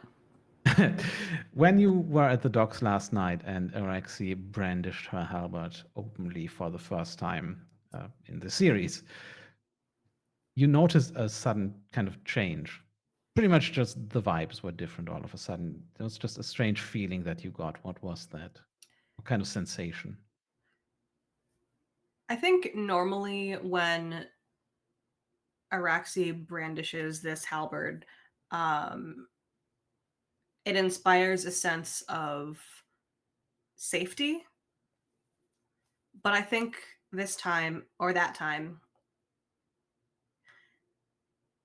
she didn't seem as put together isn't quite the right word, but I think composed. I think she was more shaken than she perhaps wanted to let on. And that's very strange for Araxi. Right. And with that, Araxi can mark an X on her hunt track. That is a specific playbook thing. for the viewers. Eventually, something called the Beast may or may not appear. I have no idea what the Beast is, but you know, it's going to happen. Well,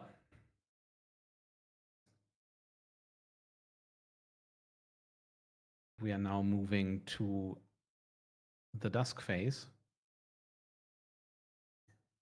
And that means dusk phase is mostly just another kind of upkeep phase.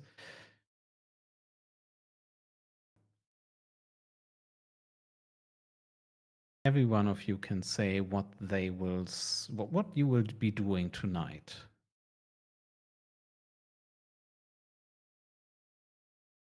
I am patrolling the city of Croydon.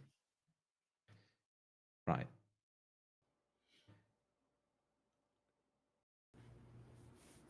I think I'd like Leander's Noelani's help going with back. this plant. Sorry? Go ahead, Leander. Leander's going back to the docks. Okay. All right. Ash. Ash would like Noelani's help with this plant that we found. No.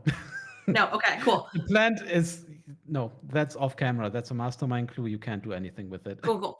Then Come to the docks. yeah, sure, I'll come to Knox. All right.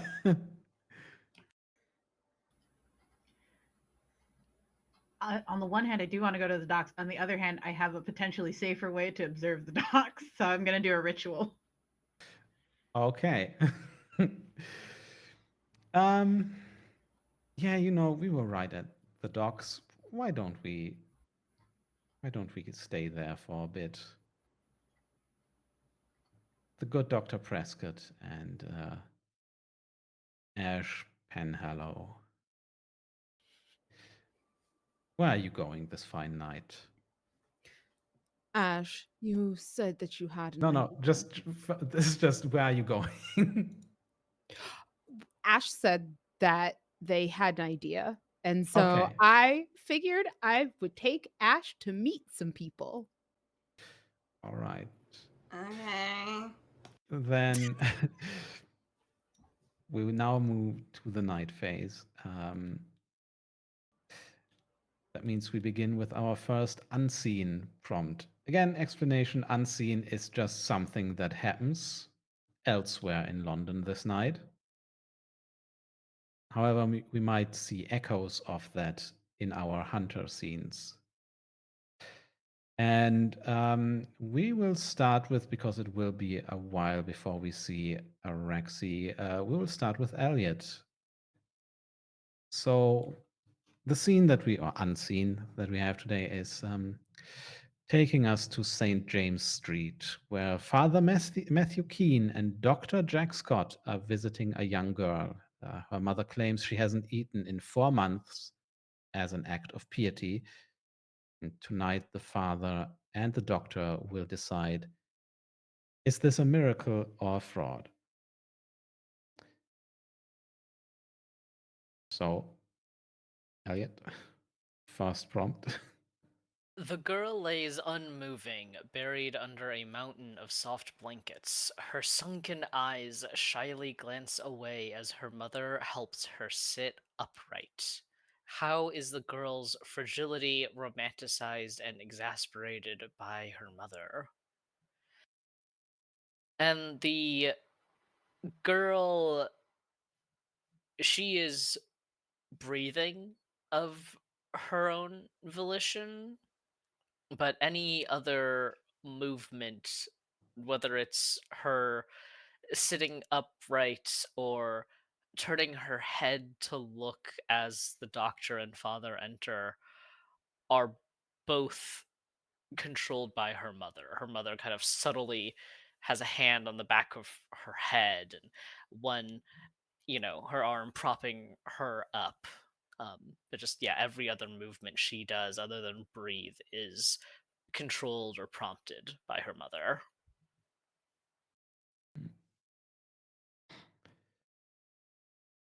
So at the docks. Where are you? You are going to visit the dock workers again? Yes. Well, So, Ash, you had an idea, and I believe I can help you. However, um, have you ever had difficult times in your life? Yes. Why? Where is this going? Good. So, um, for these purposes, you're going to notice. So, Leander doesn't have the full coat on again. It's just like black slacks, doctor's bag, white shirt situation. Very dressed down again. You're going to. We're not working for the Queen. Not here. Don't say that. And I think you might find affinity with people here. And it might make our lives a lot easier.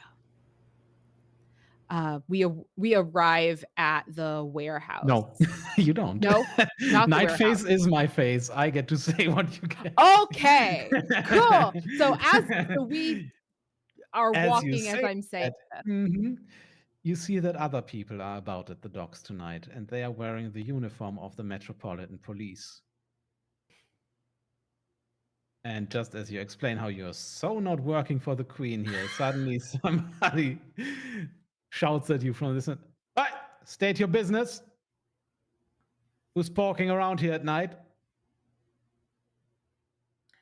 I, I look at Leander. I'm like, I think we're Okay, still working for the maybe in Queen. this case. Inspectors, would you like to see the letter? What letter? Yep. We are here under authority of the Crown.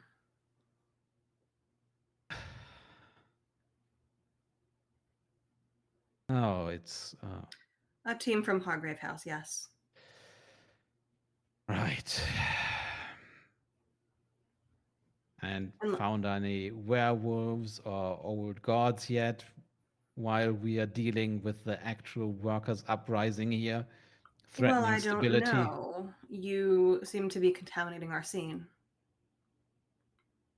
Oh, is that it? Well, to me, it seems like you're poking about where it doesn't concern you, probably just adding to the Take it up with the ramblings. Queen, please. Oh, should we go visit the Queen right now? Well, We I might don't catch her know. in a chamber pot. Yes, sure, let's go. Well, what am I supposed to do? I'm doing my job, you're doing your job. Exactly what? Do you expect us to go and say what? Oh, I'm so sorry. A patrolman told us that we can't be here. We told him to take it up, but then he had some smart remarks. All right, look. I suppose you have the authority to be here, but so do we. So do not interfere with what we are doing either. And Perfectly since you're. mutual. Hmm, you do notice, by the way, that there are quite a few of them out and about, and they seem to be heading in about the direction of the warehouse.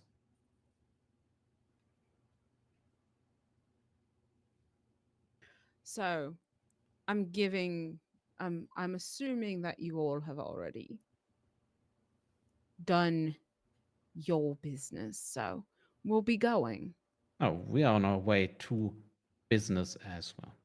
I And guess you this could business call it. is. Wouldn't you like to know that? Would you like to In know fact, that? we would. We would like to. Then maybe ask very nicely and roll for a move. This is a night move. All right. I. Hmm. You know what? Hmm. Can I Or, use yeah, can I use touch of glamour to just kind of like intimidate them just a little bit? sure. What does Touch of Glamour do? Essentially, it lets me do a little bit of physical changes. Um, so just kind of like maybe making my eyes glint a little bit. Um, just kind of exuding an aura of, oh, you don't want to fuck with this person. Yeah. Let me see. Your touch of glamour says specifically something about influence over sleep and dreams. Okay, so I can't use like the other physical traits. That would be gossamer wings. Okay, yeah, you can grow wings in front of this guy. Sure.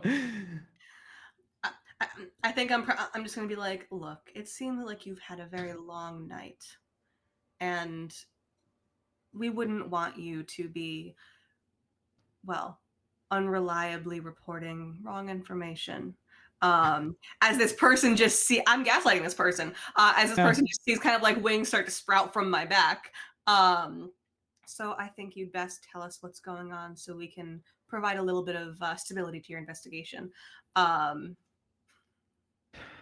right. That is something. Yeah, you can roll here. I think that means you have to roll with sensitivity. I do indeed. And that's fine. What could But you possibly go roll wrong? with advantage in this case.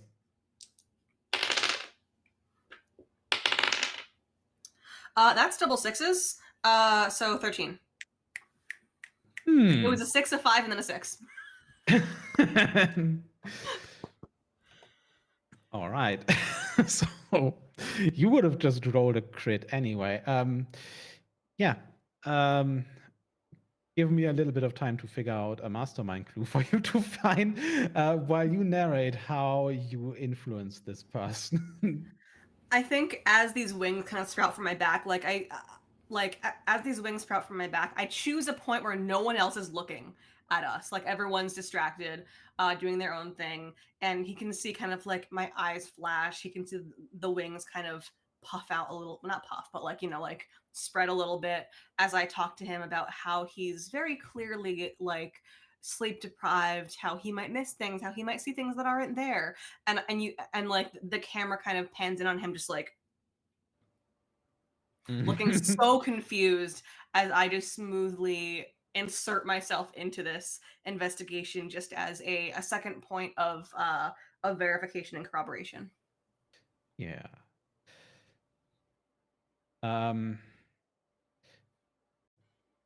Do you just visibly illuminate the area here a little bit? Yeah, we'll give it a little bit of luminance.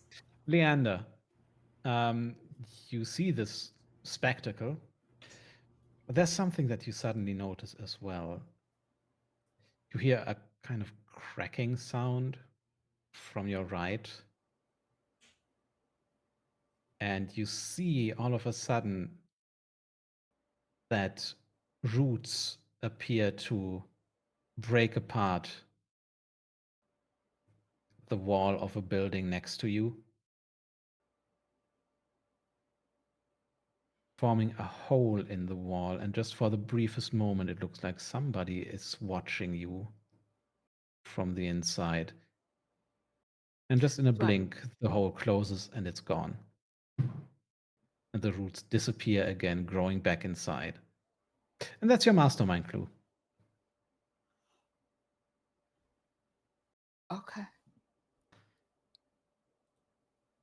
Concerning.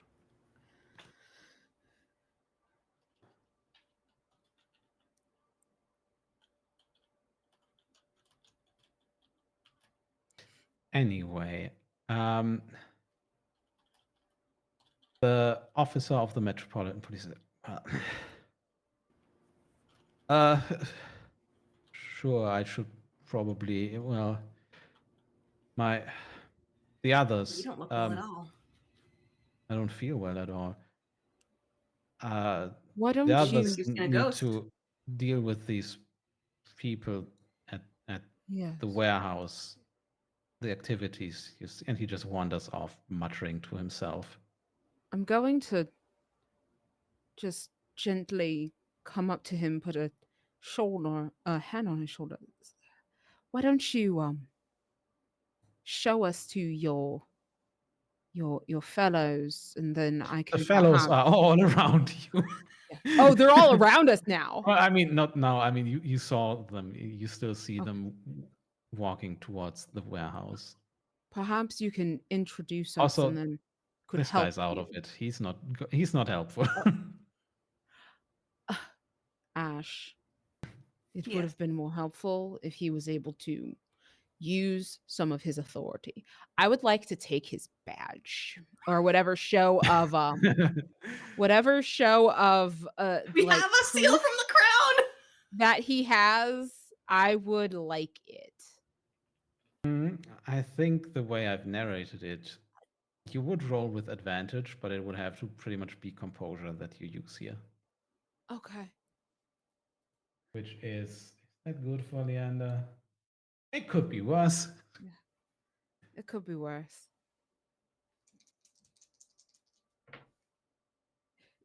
No, it could not be. I mean, it could be, but not by a lot. Uh 5 total? Hmm. I mean, he's out of it. Did you roll with advantage? Oh, no, I didn't. Hold on. I just Thank realized God. that I see 2 dice there. I was like, yeah, wait. Yep, hold on. Oh, that is cocked. Nope. A 1, and a 3. All right, cool. Those dice go in jail. Dice jail. You will be seen by other policemen. Would you like to put on a mask?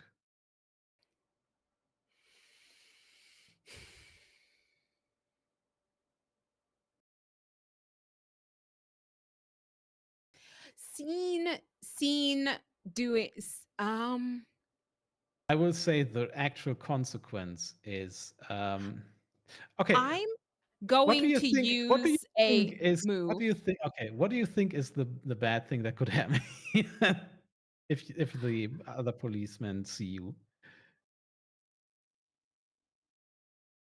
Well, I think they're just gonna I don't think it's gonna be that bad. I think it's just gonna be suspicious. And I'm gonna be like, he's clearly not okay. I don't know who No, he no, is. it is actually worse than that. They've Okay. been around here. They have heard from other workers about somebody looking suspiciously like Leander. Not every worker here wears the bracelets. Not every worker is, you know, on the Mhm. side of the Guardian and the activists. Let's just call them that. That's fair. Is it too late for this to be for residual traces of malice to make this a day move? No, it's not. Okay. I'd But that like to means, use yeah, you residual can back trace out of it. Yeah. to make this a day move so that the consequences are not that bad. That means you will Or not I be, can yeah. or That means you will not be taken in for questioning then. that's yeah, that's fine. I um, think yeah, do you want to put on a mask to get the badge anyway? no, I'll go without it. We're not that no. Yeah, he just notices you reach. Hey, no, that's mine, I think. Uh, the others just, but then the other mad policemen that are around. Hey, what are you doing there? He's not all right. I don't know who he is. You've been talking to him for minutes, haven't you? You should Yes. be. It doesn't tell me who someone is and how to get in contact with someone if he's taken to the hospital, does it? Well, all right. I Then, hold up my doctor's bag. all right. Do you know Miles, his family? Miles, you escort the good doctor here to the hospital. I thank you for the urgency and assistance. And that's going to be Leander exiting stage left for tonight. He has kind of maneuvered himself into having to accompany this fey bullshitted policeman. Listen, Fable shit's fun. Uh-huh. Ash, very quickly, Yes. you still have the issue. Perhaps you don't see it as an issue, of the Metropolitan Police making their way to Leander's new friends. Do you Yeah. intervene? I think Oh, yes, I do. I think I'm going to kind of disappear into the shadows and try to make it there before them. Hmm.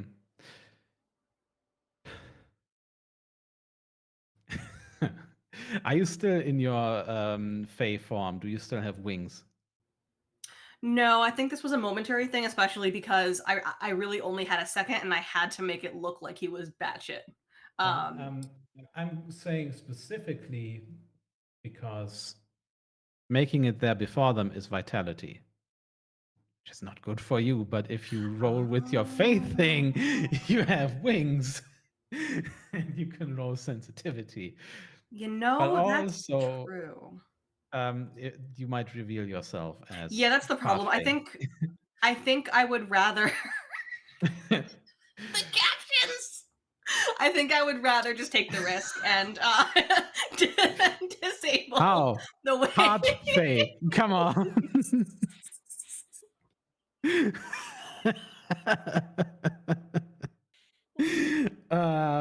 You can put on a mask, but yeah, decide. Decide Yeah, what you I'm want to gonna. roll. Yeah, I will just go ahead and roll with the vitality. Okay.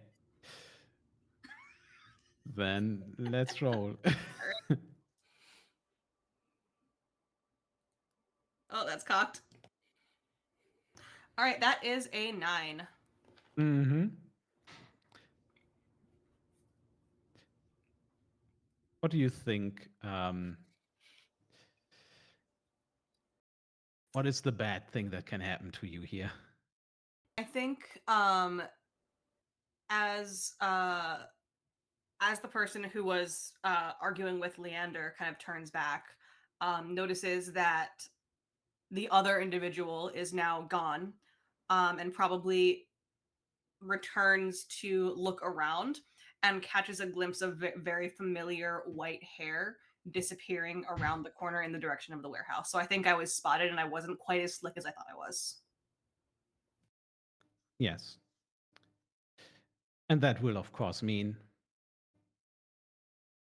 I mean, right now, the people that can piece this together are, luckily for you, concerned with their colleague that you uh, put under some kind of glamour. I whammied him just a little bit. But there will be an actual investigation into what happened here tonight. And your name, well, you will Yeah, that become one fucker with the a wings. suspect. Yeah, exactly. You will become a bit of a suspect and a target for the Metropolitan Police. Yeah, and From like now we did on. already tell them like, oh, we're from Hargrave House, so like Mm, unfortunately they know where to look and they're gonna recognize us, but we'll, yeah. that's a future us problem. Yeah. Your loyalty here will now be openly questioned, quite possibly because of what you seem suspicious. I mean, I am suspicious, they're correct. Yeah. But anyway, you make it to the warehouse just in time. You know where to go. Somebody gave you very good kind of directions. And I'm going And to make my way to whoever I'm aware of that I can be like, hey, they're coming this way. You gotta get out. yeah,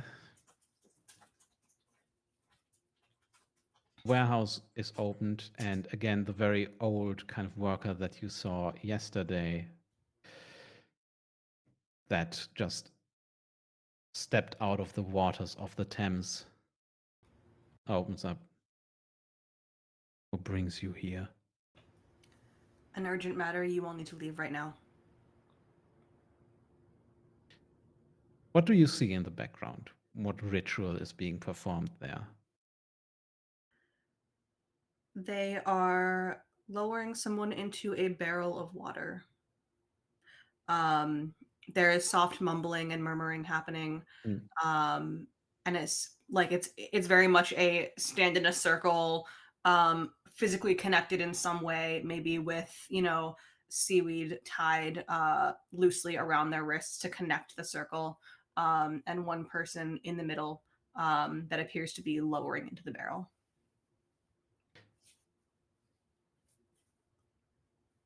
Mm. The police are outside then. They are, and they are approaching quickly. If if you leave out the back, you can hopefully escape We know detection. how to leave.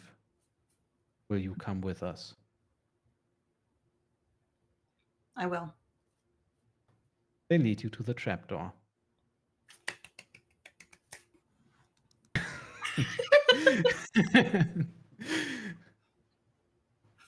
The trapdoor is opened. The first person. It is actually the woman that is Satya, that Noelani encountered earlier. Just That's a walks word we in. can use. Yeah, and sinks. A little bit later, the next person walks into the water. Doesn't even climb in, just walks in, sinks. And this proceeds until eventually it is your turn. Do you go through with it? Oh yeah, I'm committed. Ash steps in Take a and big breath. sinks. We will return to Ash later. Will Ash return to us though? We just saw a bit of a ritual. I think that is a good time for us to get to Noelani. What is Noelani doing? Uh, she is clearing out the space in her room again that she sat down to do tarot cards. It cluttered up again real fast. So she's pushing things aside. She's laying down a circle of sea salt, lighting candles, and she puts a wax poppet in the center, uh, pours what looks probably like a clear spirit that she has been hiding from Araxi into a little glass cup. Very quickly makes a small cut on her palm, drops a little blood into the alcohol, um, and sits outside the circle and places probably a cow heart just inside it. Hmm. Um, and she takes up a knife, and it's it's very quiet when she talks, like she's trying to hide that she's doing this, even though there's probably no one else home. Um, but she says, I call upon that which dwells in the shadows of our world to walk the path lit by smoke and scented by blood and flesh. I grant you temporary anchor within the wax puppet, and I grant you audience with the witch, Astoria. And upon saying her own name, she'll stab the cow heart. Uh, and it's silent for a second. Um, and she starts going, shit, did I do it wrong? Did I not put in enough blood this time? And then black, kind of sticky tar starts bubbling up from beneath the poppet, and the poppet sinks into the carpet. And then it starts to spread in really sticky, kind of popping tendrils, kind of like arms and fingers clawing at the carpet to drag something out of this ichor. Um, and then it goes and takes the form of a person. Hmm. Who is the last person in your life that you needed to say goodbye to and didn't want to?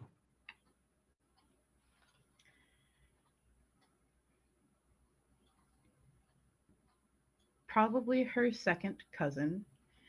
Um, right before he left London to go get married. Um, and the two of them were really close as children. So when Okay, he yeah. left, What she was is very sad. What is the most distinguishing feature you remember about your cousin? Um, he has a broken nose, unfortunately, from a childhood accident that was no his fault, but they they joked about it. Mm. Perfect image of your cousin at first appears before you. Almost too perfect. Actually, too perfect. His nose is not broken. And then whatever stands before you flashes you a smile. Oh, excuse me, I forgot. And you hear a crack and the nose breaks and arranges itself into the shape that it should have.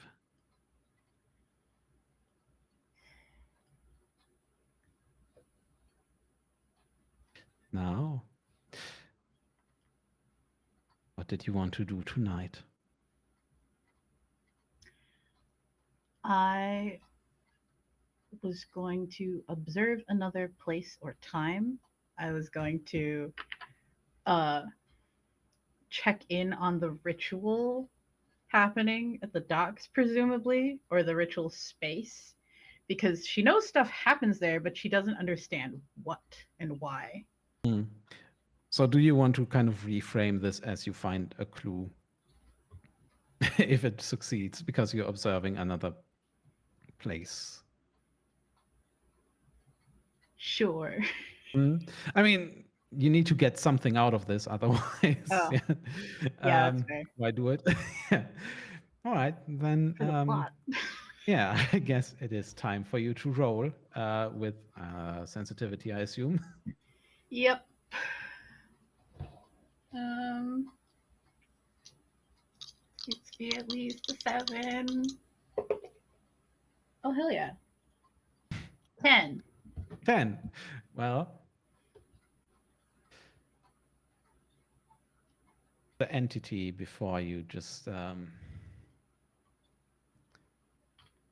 takes your hand. Ugh. Well, cousin, let us take a jaunt. And you are almost transported to the warehouse. You see just a mop of silvery hair disappear into the trapdoor that you found. Interesting. Oh, You watch as this procession leaves. You are also still watching this as the Metropolitan Police enters. This means you see what the Metropolitan Police find here, because the workers had to leave relatively quickly. So I will just give you a clue. And what they find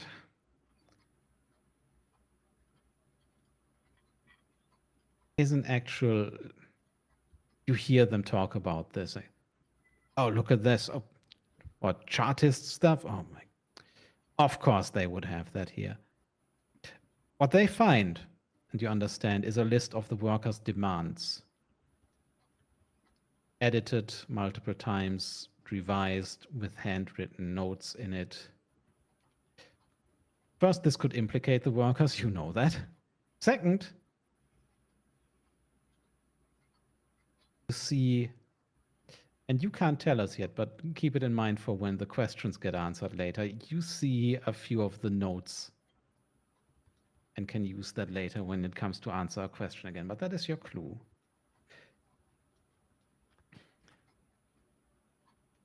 Meanwhile, we need to actually get to the unseen for a second.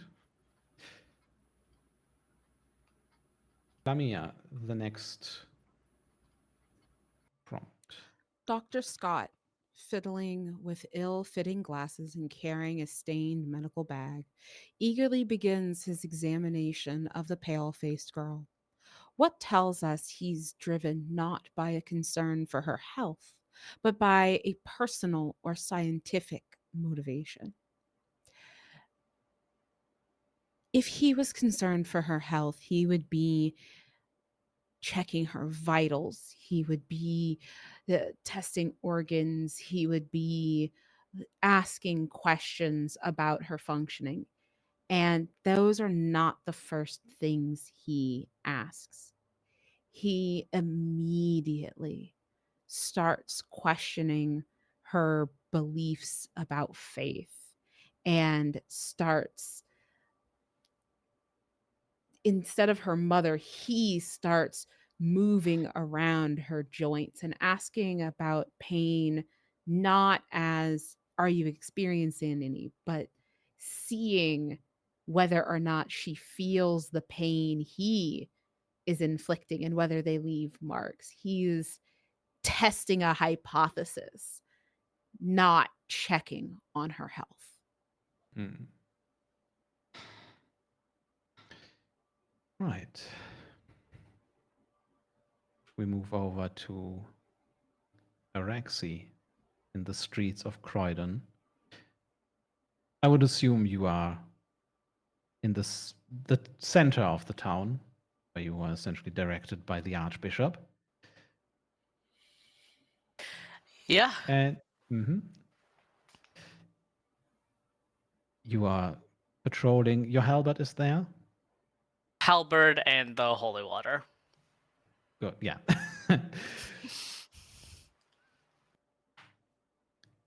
It is a quiet night. The air here is, in this part of the town, the air is quite nice. Enters your lungs fully. You can breathe in, breathe out. You do feel your own heartbeat quicken in the dark. You actually very specifically are aware of your heartbeat here.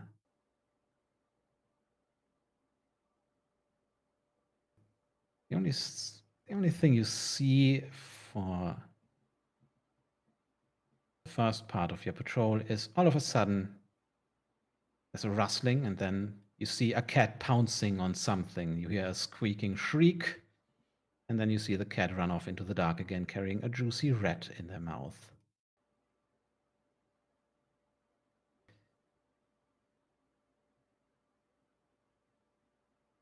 But as you continue on,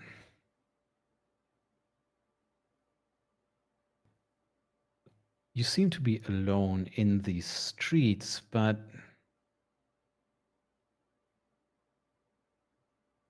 all of a sudden you hear just a dull impact from somewhere.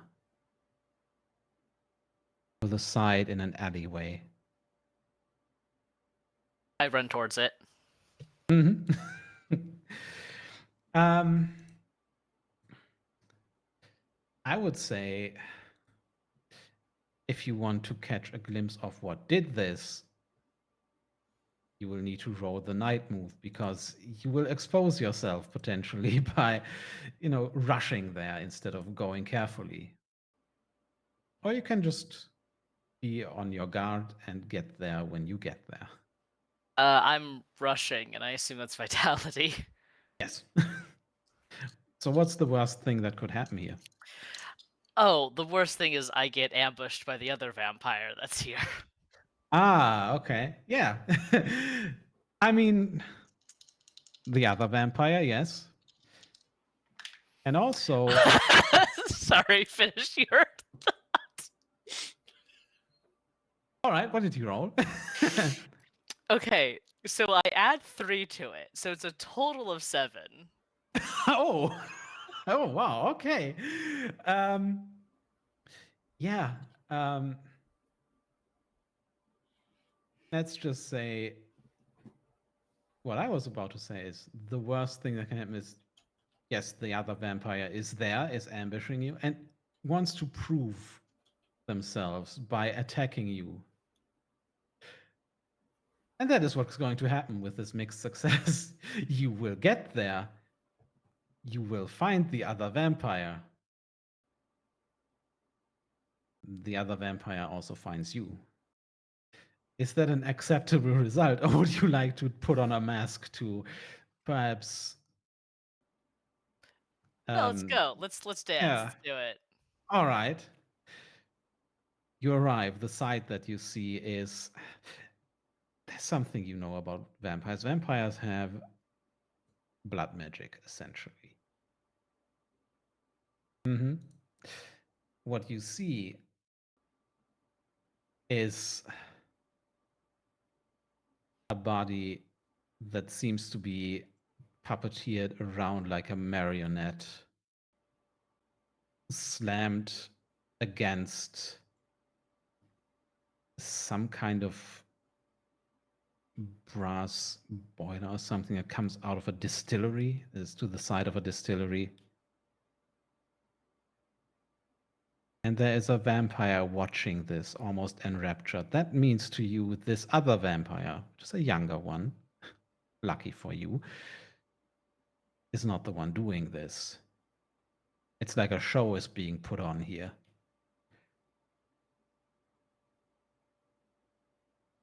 Unfortunately for you, you are a bit too hasty. The other vampire hears you. At some point, your halberd scrapes against the floor, the cobblestone here. And the other vampire just looks at you. You were seen earlier.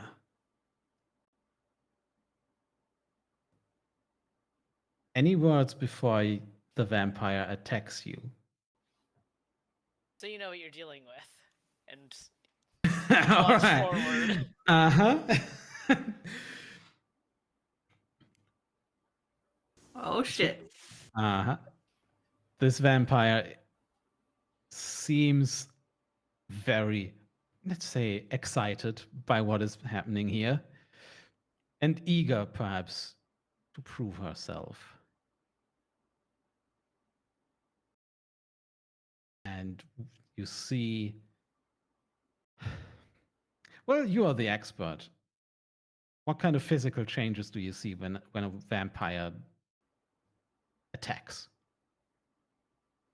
Vampires do usually appear human. It's part of their defense when they're sleeping during the day, so people don't just randomly start stabbing them. But when they are on the hunt and when they are attacking, you can certainly see they have, extended canines, the classic, but also their jaw shape becomes like bigger than you would expect, right? Like Mhm. humans, you kind of expect a certain, like, oh, this makes sense. But vampires, their jaws are bigger because of the bite. And then they also do become a little bit like not fully exsanguinated, but like sunken in. Their like skin becomes very tight around them because they don't have like the fluids Right. that humans have, right? They Oh don't have yeah. blood and all that stuff. Mhm. Um, and they do have sharp, pointy like claws. So I'm seeing this sort of tight-skinned person launching herself at me. Exactly that. And how do you intend to fight her off? I believe if I use the holy water, that gives me advantage. Also, possibly your weapon, yeah, but you have multiple, yeah, Yeah, multiple ways of getting advantage here, I think yeah, I'm gonna. which is Okay, good because this vampire is out to kill you. yeah, of course they are. That's Yeah. what we do. Um, yeah. So engaging physical combat with a supernatural creature is always vitality for me. Um, I have a weapon. I think that sorry, I'm looking at it. I don't necessarily have to fully invoke it unless I want to use it. So I'm not mechanically using my halberd. I'm just role playing using my halberd, and then I'm gonna do this. Sorry, I'm gonna go to like slash with the blade, but I'm actually going to try to throw holy water. It's like a misdirection almost, right? Yeah. So they think I'm a slash. Actually, it's just get get dunked Yeah. on. All right. Then roll the night move. On a miss, you die. Uh, But you roll with advantage and a +3, so a miss is almost impossible. I rolled pretty poorly last time. It's okay. Yeah. Okay, that's pretty good. That is a total of 10. That is just a clean success. How do you drive this vampire off, which will give you an opportunity to kill it or her. Holy water for vampires is like getting a face full of acid. It just burns and starts eating into them. And so she gets caught off guard from the holy water. And I'm going to try to use my advantage to end it by thrusting the like pointed part of my halberd through its heart. Yeah. So that's going to be a follow-up move. In this case, I think the consequence is just the vampire gets away. I'm doing normal. You can I say that. Okay. I rolled a 15 total. I think this double sixes. The dice know. The dice know when I'm trying to like do something cool with the halberd. Then describe exactly how you kill her, and I'm going to figure out what kind of extra benefit you receive. So the vampire it like starts shrieking, pulling back away, clawing at its face and upper torso, trying to just alleviate the pain. And I just kind of sigh and I go, "You aren't paying enough attention to who I am."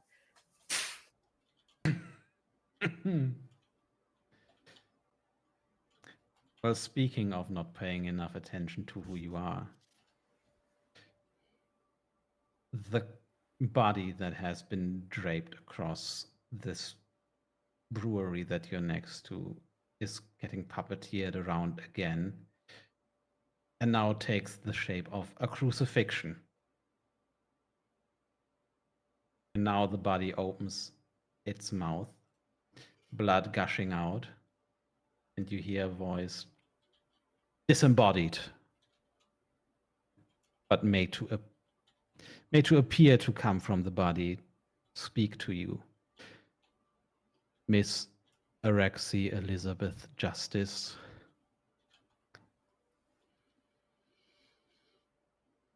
Why do you not visit the palace again? And then the body goes limp and falls to the ground.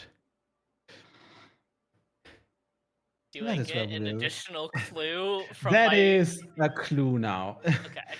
The crucifixion is a clue. And um Ren, next unseen prompt, please. Father Keen takes her cold, weak hand in his. Soft spoken but firm, he asks the mother to leave. After a short prayer with the girl, he seems desperate to declare her a saint. How does he struggle to call the girl's suffering a miracle?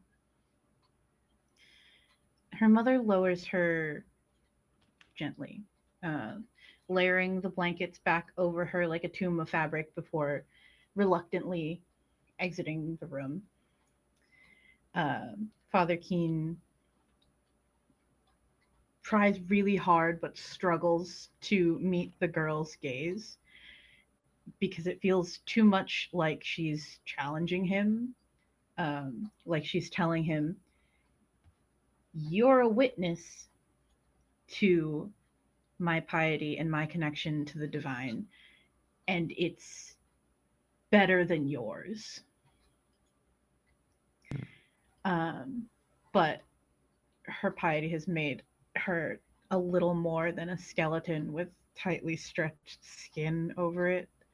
And he thinks back to the portrait in the family's foyer of a bright eyed, blonde haired, very chunky little girl, a cherub of a little girl. Right. Well,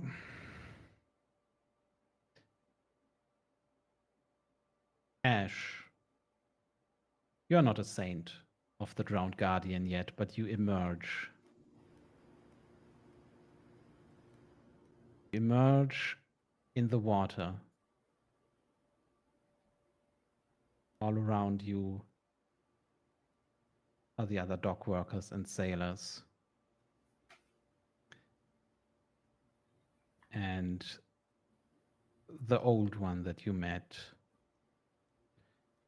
swims up to you, more like gliding through the water, not swimming like a human should be able to swim. He just says, "You are one of us now, then." Like opens his mouth in the water and speaks. Oh, I mean, you can be out of the water, but you know what? Let's go with that. Sure. Because that's fucking creepy and I love that idea. Yeah. No, that's actually better than what I had in mind. Yeah, you're still underwater. Let's say you're not just in the water; you're still underwater. You can also you notice this speak underwater. Oh, excellent. A plus. And I think I will open my mouth, and it takes a second because I'm not used to the sensation of speaking with my mouth full of water. But I reply, "I am who I choose to be." And I gesture around in a very clever, very Fey way of saying yes without saying yes, of implying yes. All right. Well, that brings us to our last unseen prompt, Which is still me. which is still you, Jen. All right. Take it away. The men discuss their case as the girl watches on, and in silence, she draws her last breath, still and beautiful as a porcelain doll. When they finally notice, what loss do they mourn that is not her life? And really, the first red flag is the fact that they don't even notice. One moment, her chest rises and falls. They don't notice her eyes fading a little bit with every shallow breath that she takes.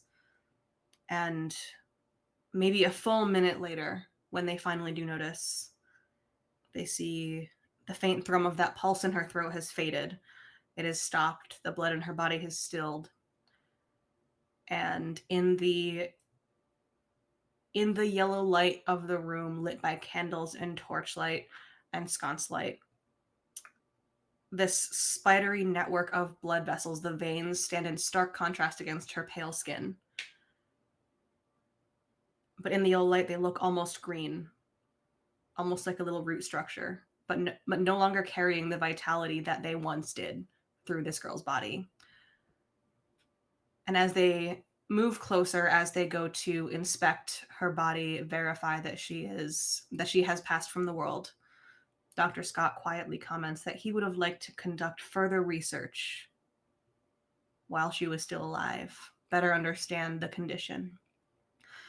And Father Keen quietly takes out his little ledger full of notes, and the camera kind of pans over his shoulder as he quietly crosses out with his little pen the opportunity to essentially parade her out in front of his congregation while she was still alive, to show the miracle, to show this saint as she fades from the world, and he can no longer do that. And we quickly return to Croydon, where Araxi is, in fact, returning to the palace, to Addington Palace, the residence of the Archbishop of Canterbury. And as you go there, you see lights inside flickering, running back and forth. Something has happened. As you approach, the doors already swing open, and the priest just looks at you with wild eyes. A servant, a layman, just, Miss Justice, that is so good that you have come, but please, What the happened? Archbishop. Show me. You're not given a full explanation, but as you're led to the office of the Archbishop that you were in earlier, the commotion already gives it away what you should expect here. And you are not surprised when you are led inside. The windows are open. And in one of his cardinal red sofas lies the Archbishop, blood still dripping from his neck. He is fully exsanguinated, and his bloodlessness gives him too a porcelain-like appearance. There's nothing to be done with him for him. He's dead. And we will return to your investigation of this vampire. Or vampires, you have kind of created a nest for yourselves. As well as the guardian at the docks, where you have now gotten the police involved. More than I even intended to. Woo! Yeah, we've created a lot of issues for you to solve next week when we will return to London once again. Yeah, that has been session 2 of The Between. Thank you all for watching. Thanks, PNG Boomer, for the raid. I've been Yanis, always he, him, the GM of this misadventure. Yeah, that's really all I have to say. Except next week on Friday, Friday night, I will be on Help Action Needed, where I will be GMing a 3-session mini campaign of Grimwild, which has just won an Annie. So check that out. Yeah, that's it from me. I'm going to popcorn it over to. It's been a while since we've heard anything from Lamia because Leander just had to go. Hi, I'm a good guy. I'm I'm Lamia. My pronouns are they, them. Leander's pronouns are he, him. And our good doctor is going to be at the hospital for a while. Y'all can find me streaming on my own channel here on Twitch, Mental Lamia.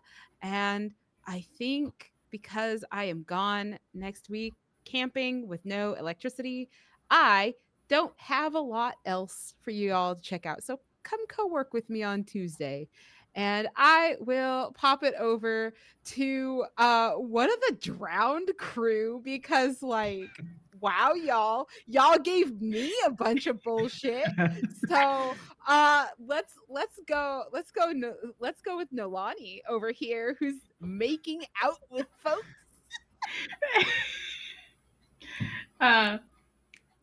Hi, I'm Ren, or Renegade Dumpling. My pronouns are they, them. I have been playing Noelani Astoria Clements, pronouns she, her, potential new witch of the wet god.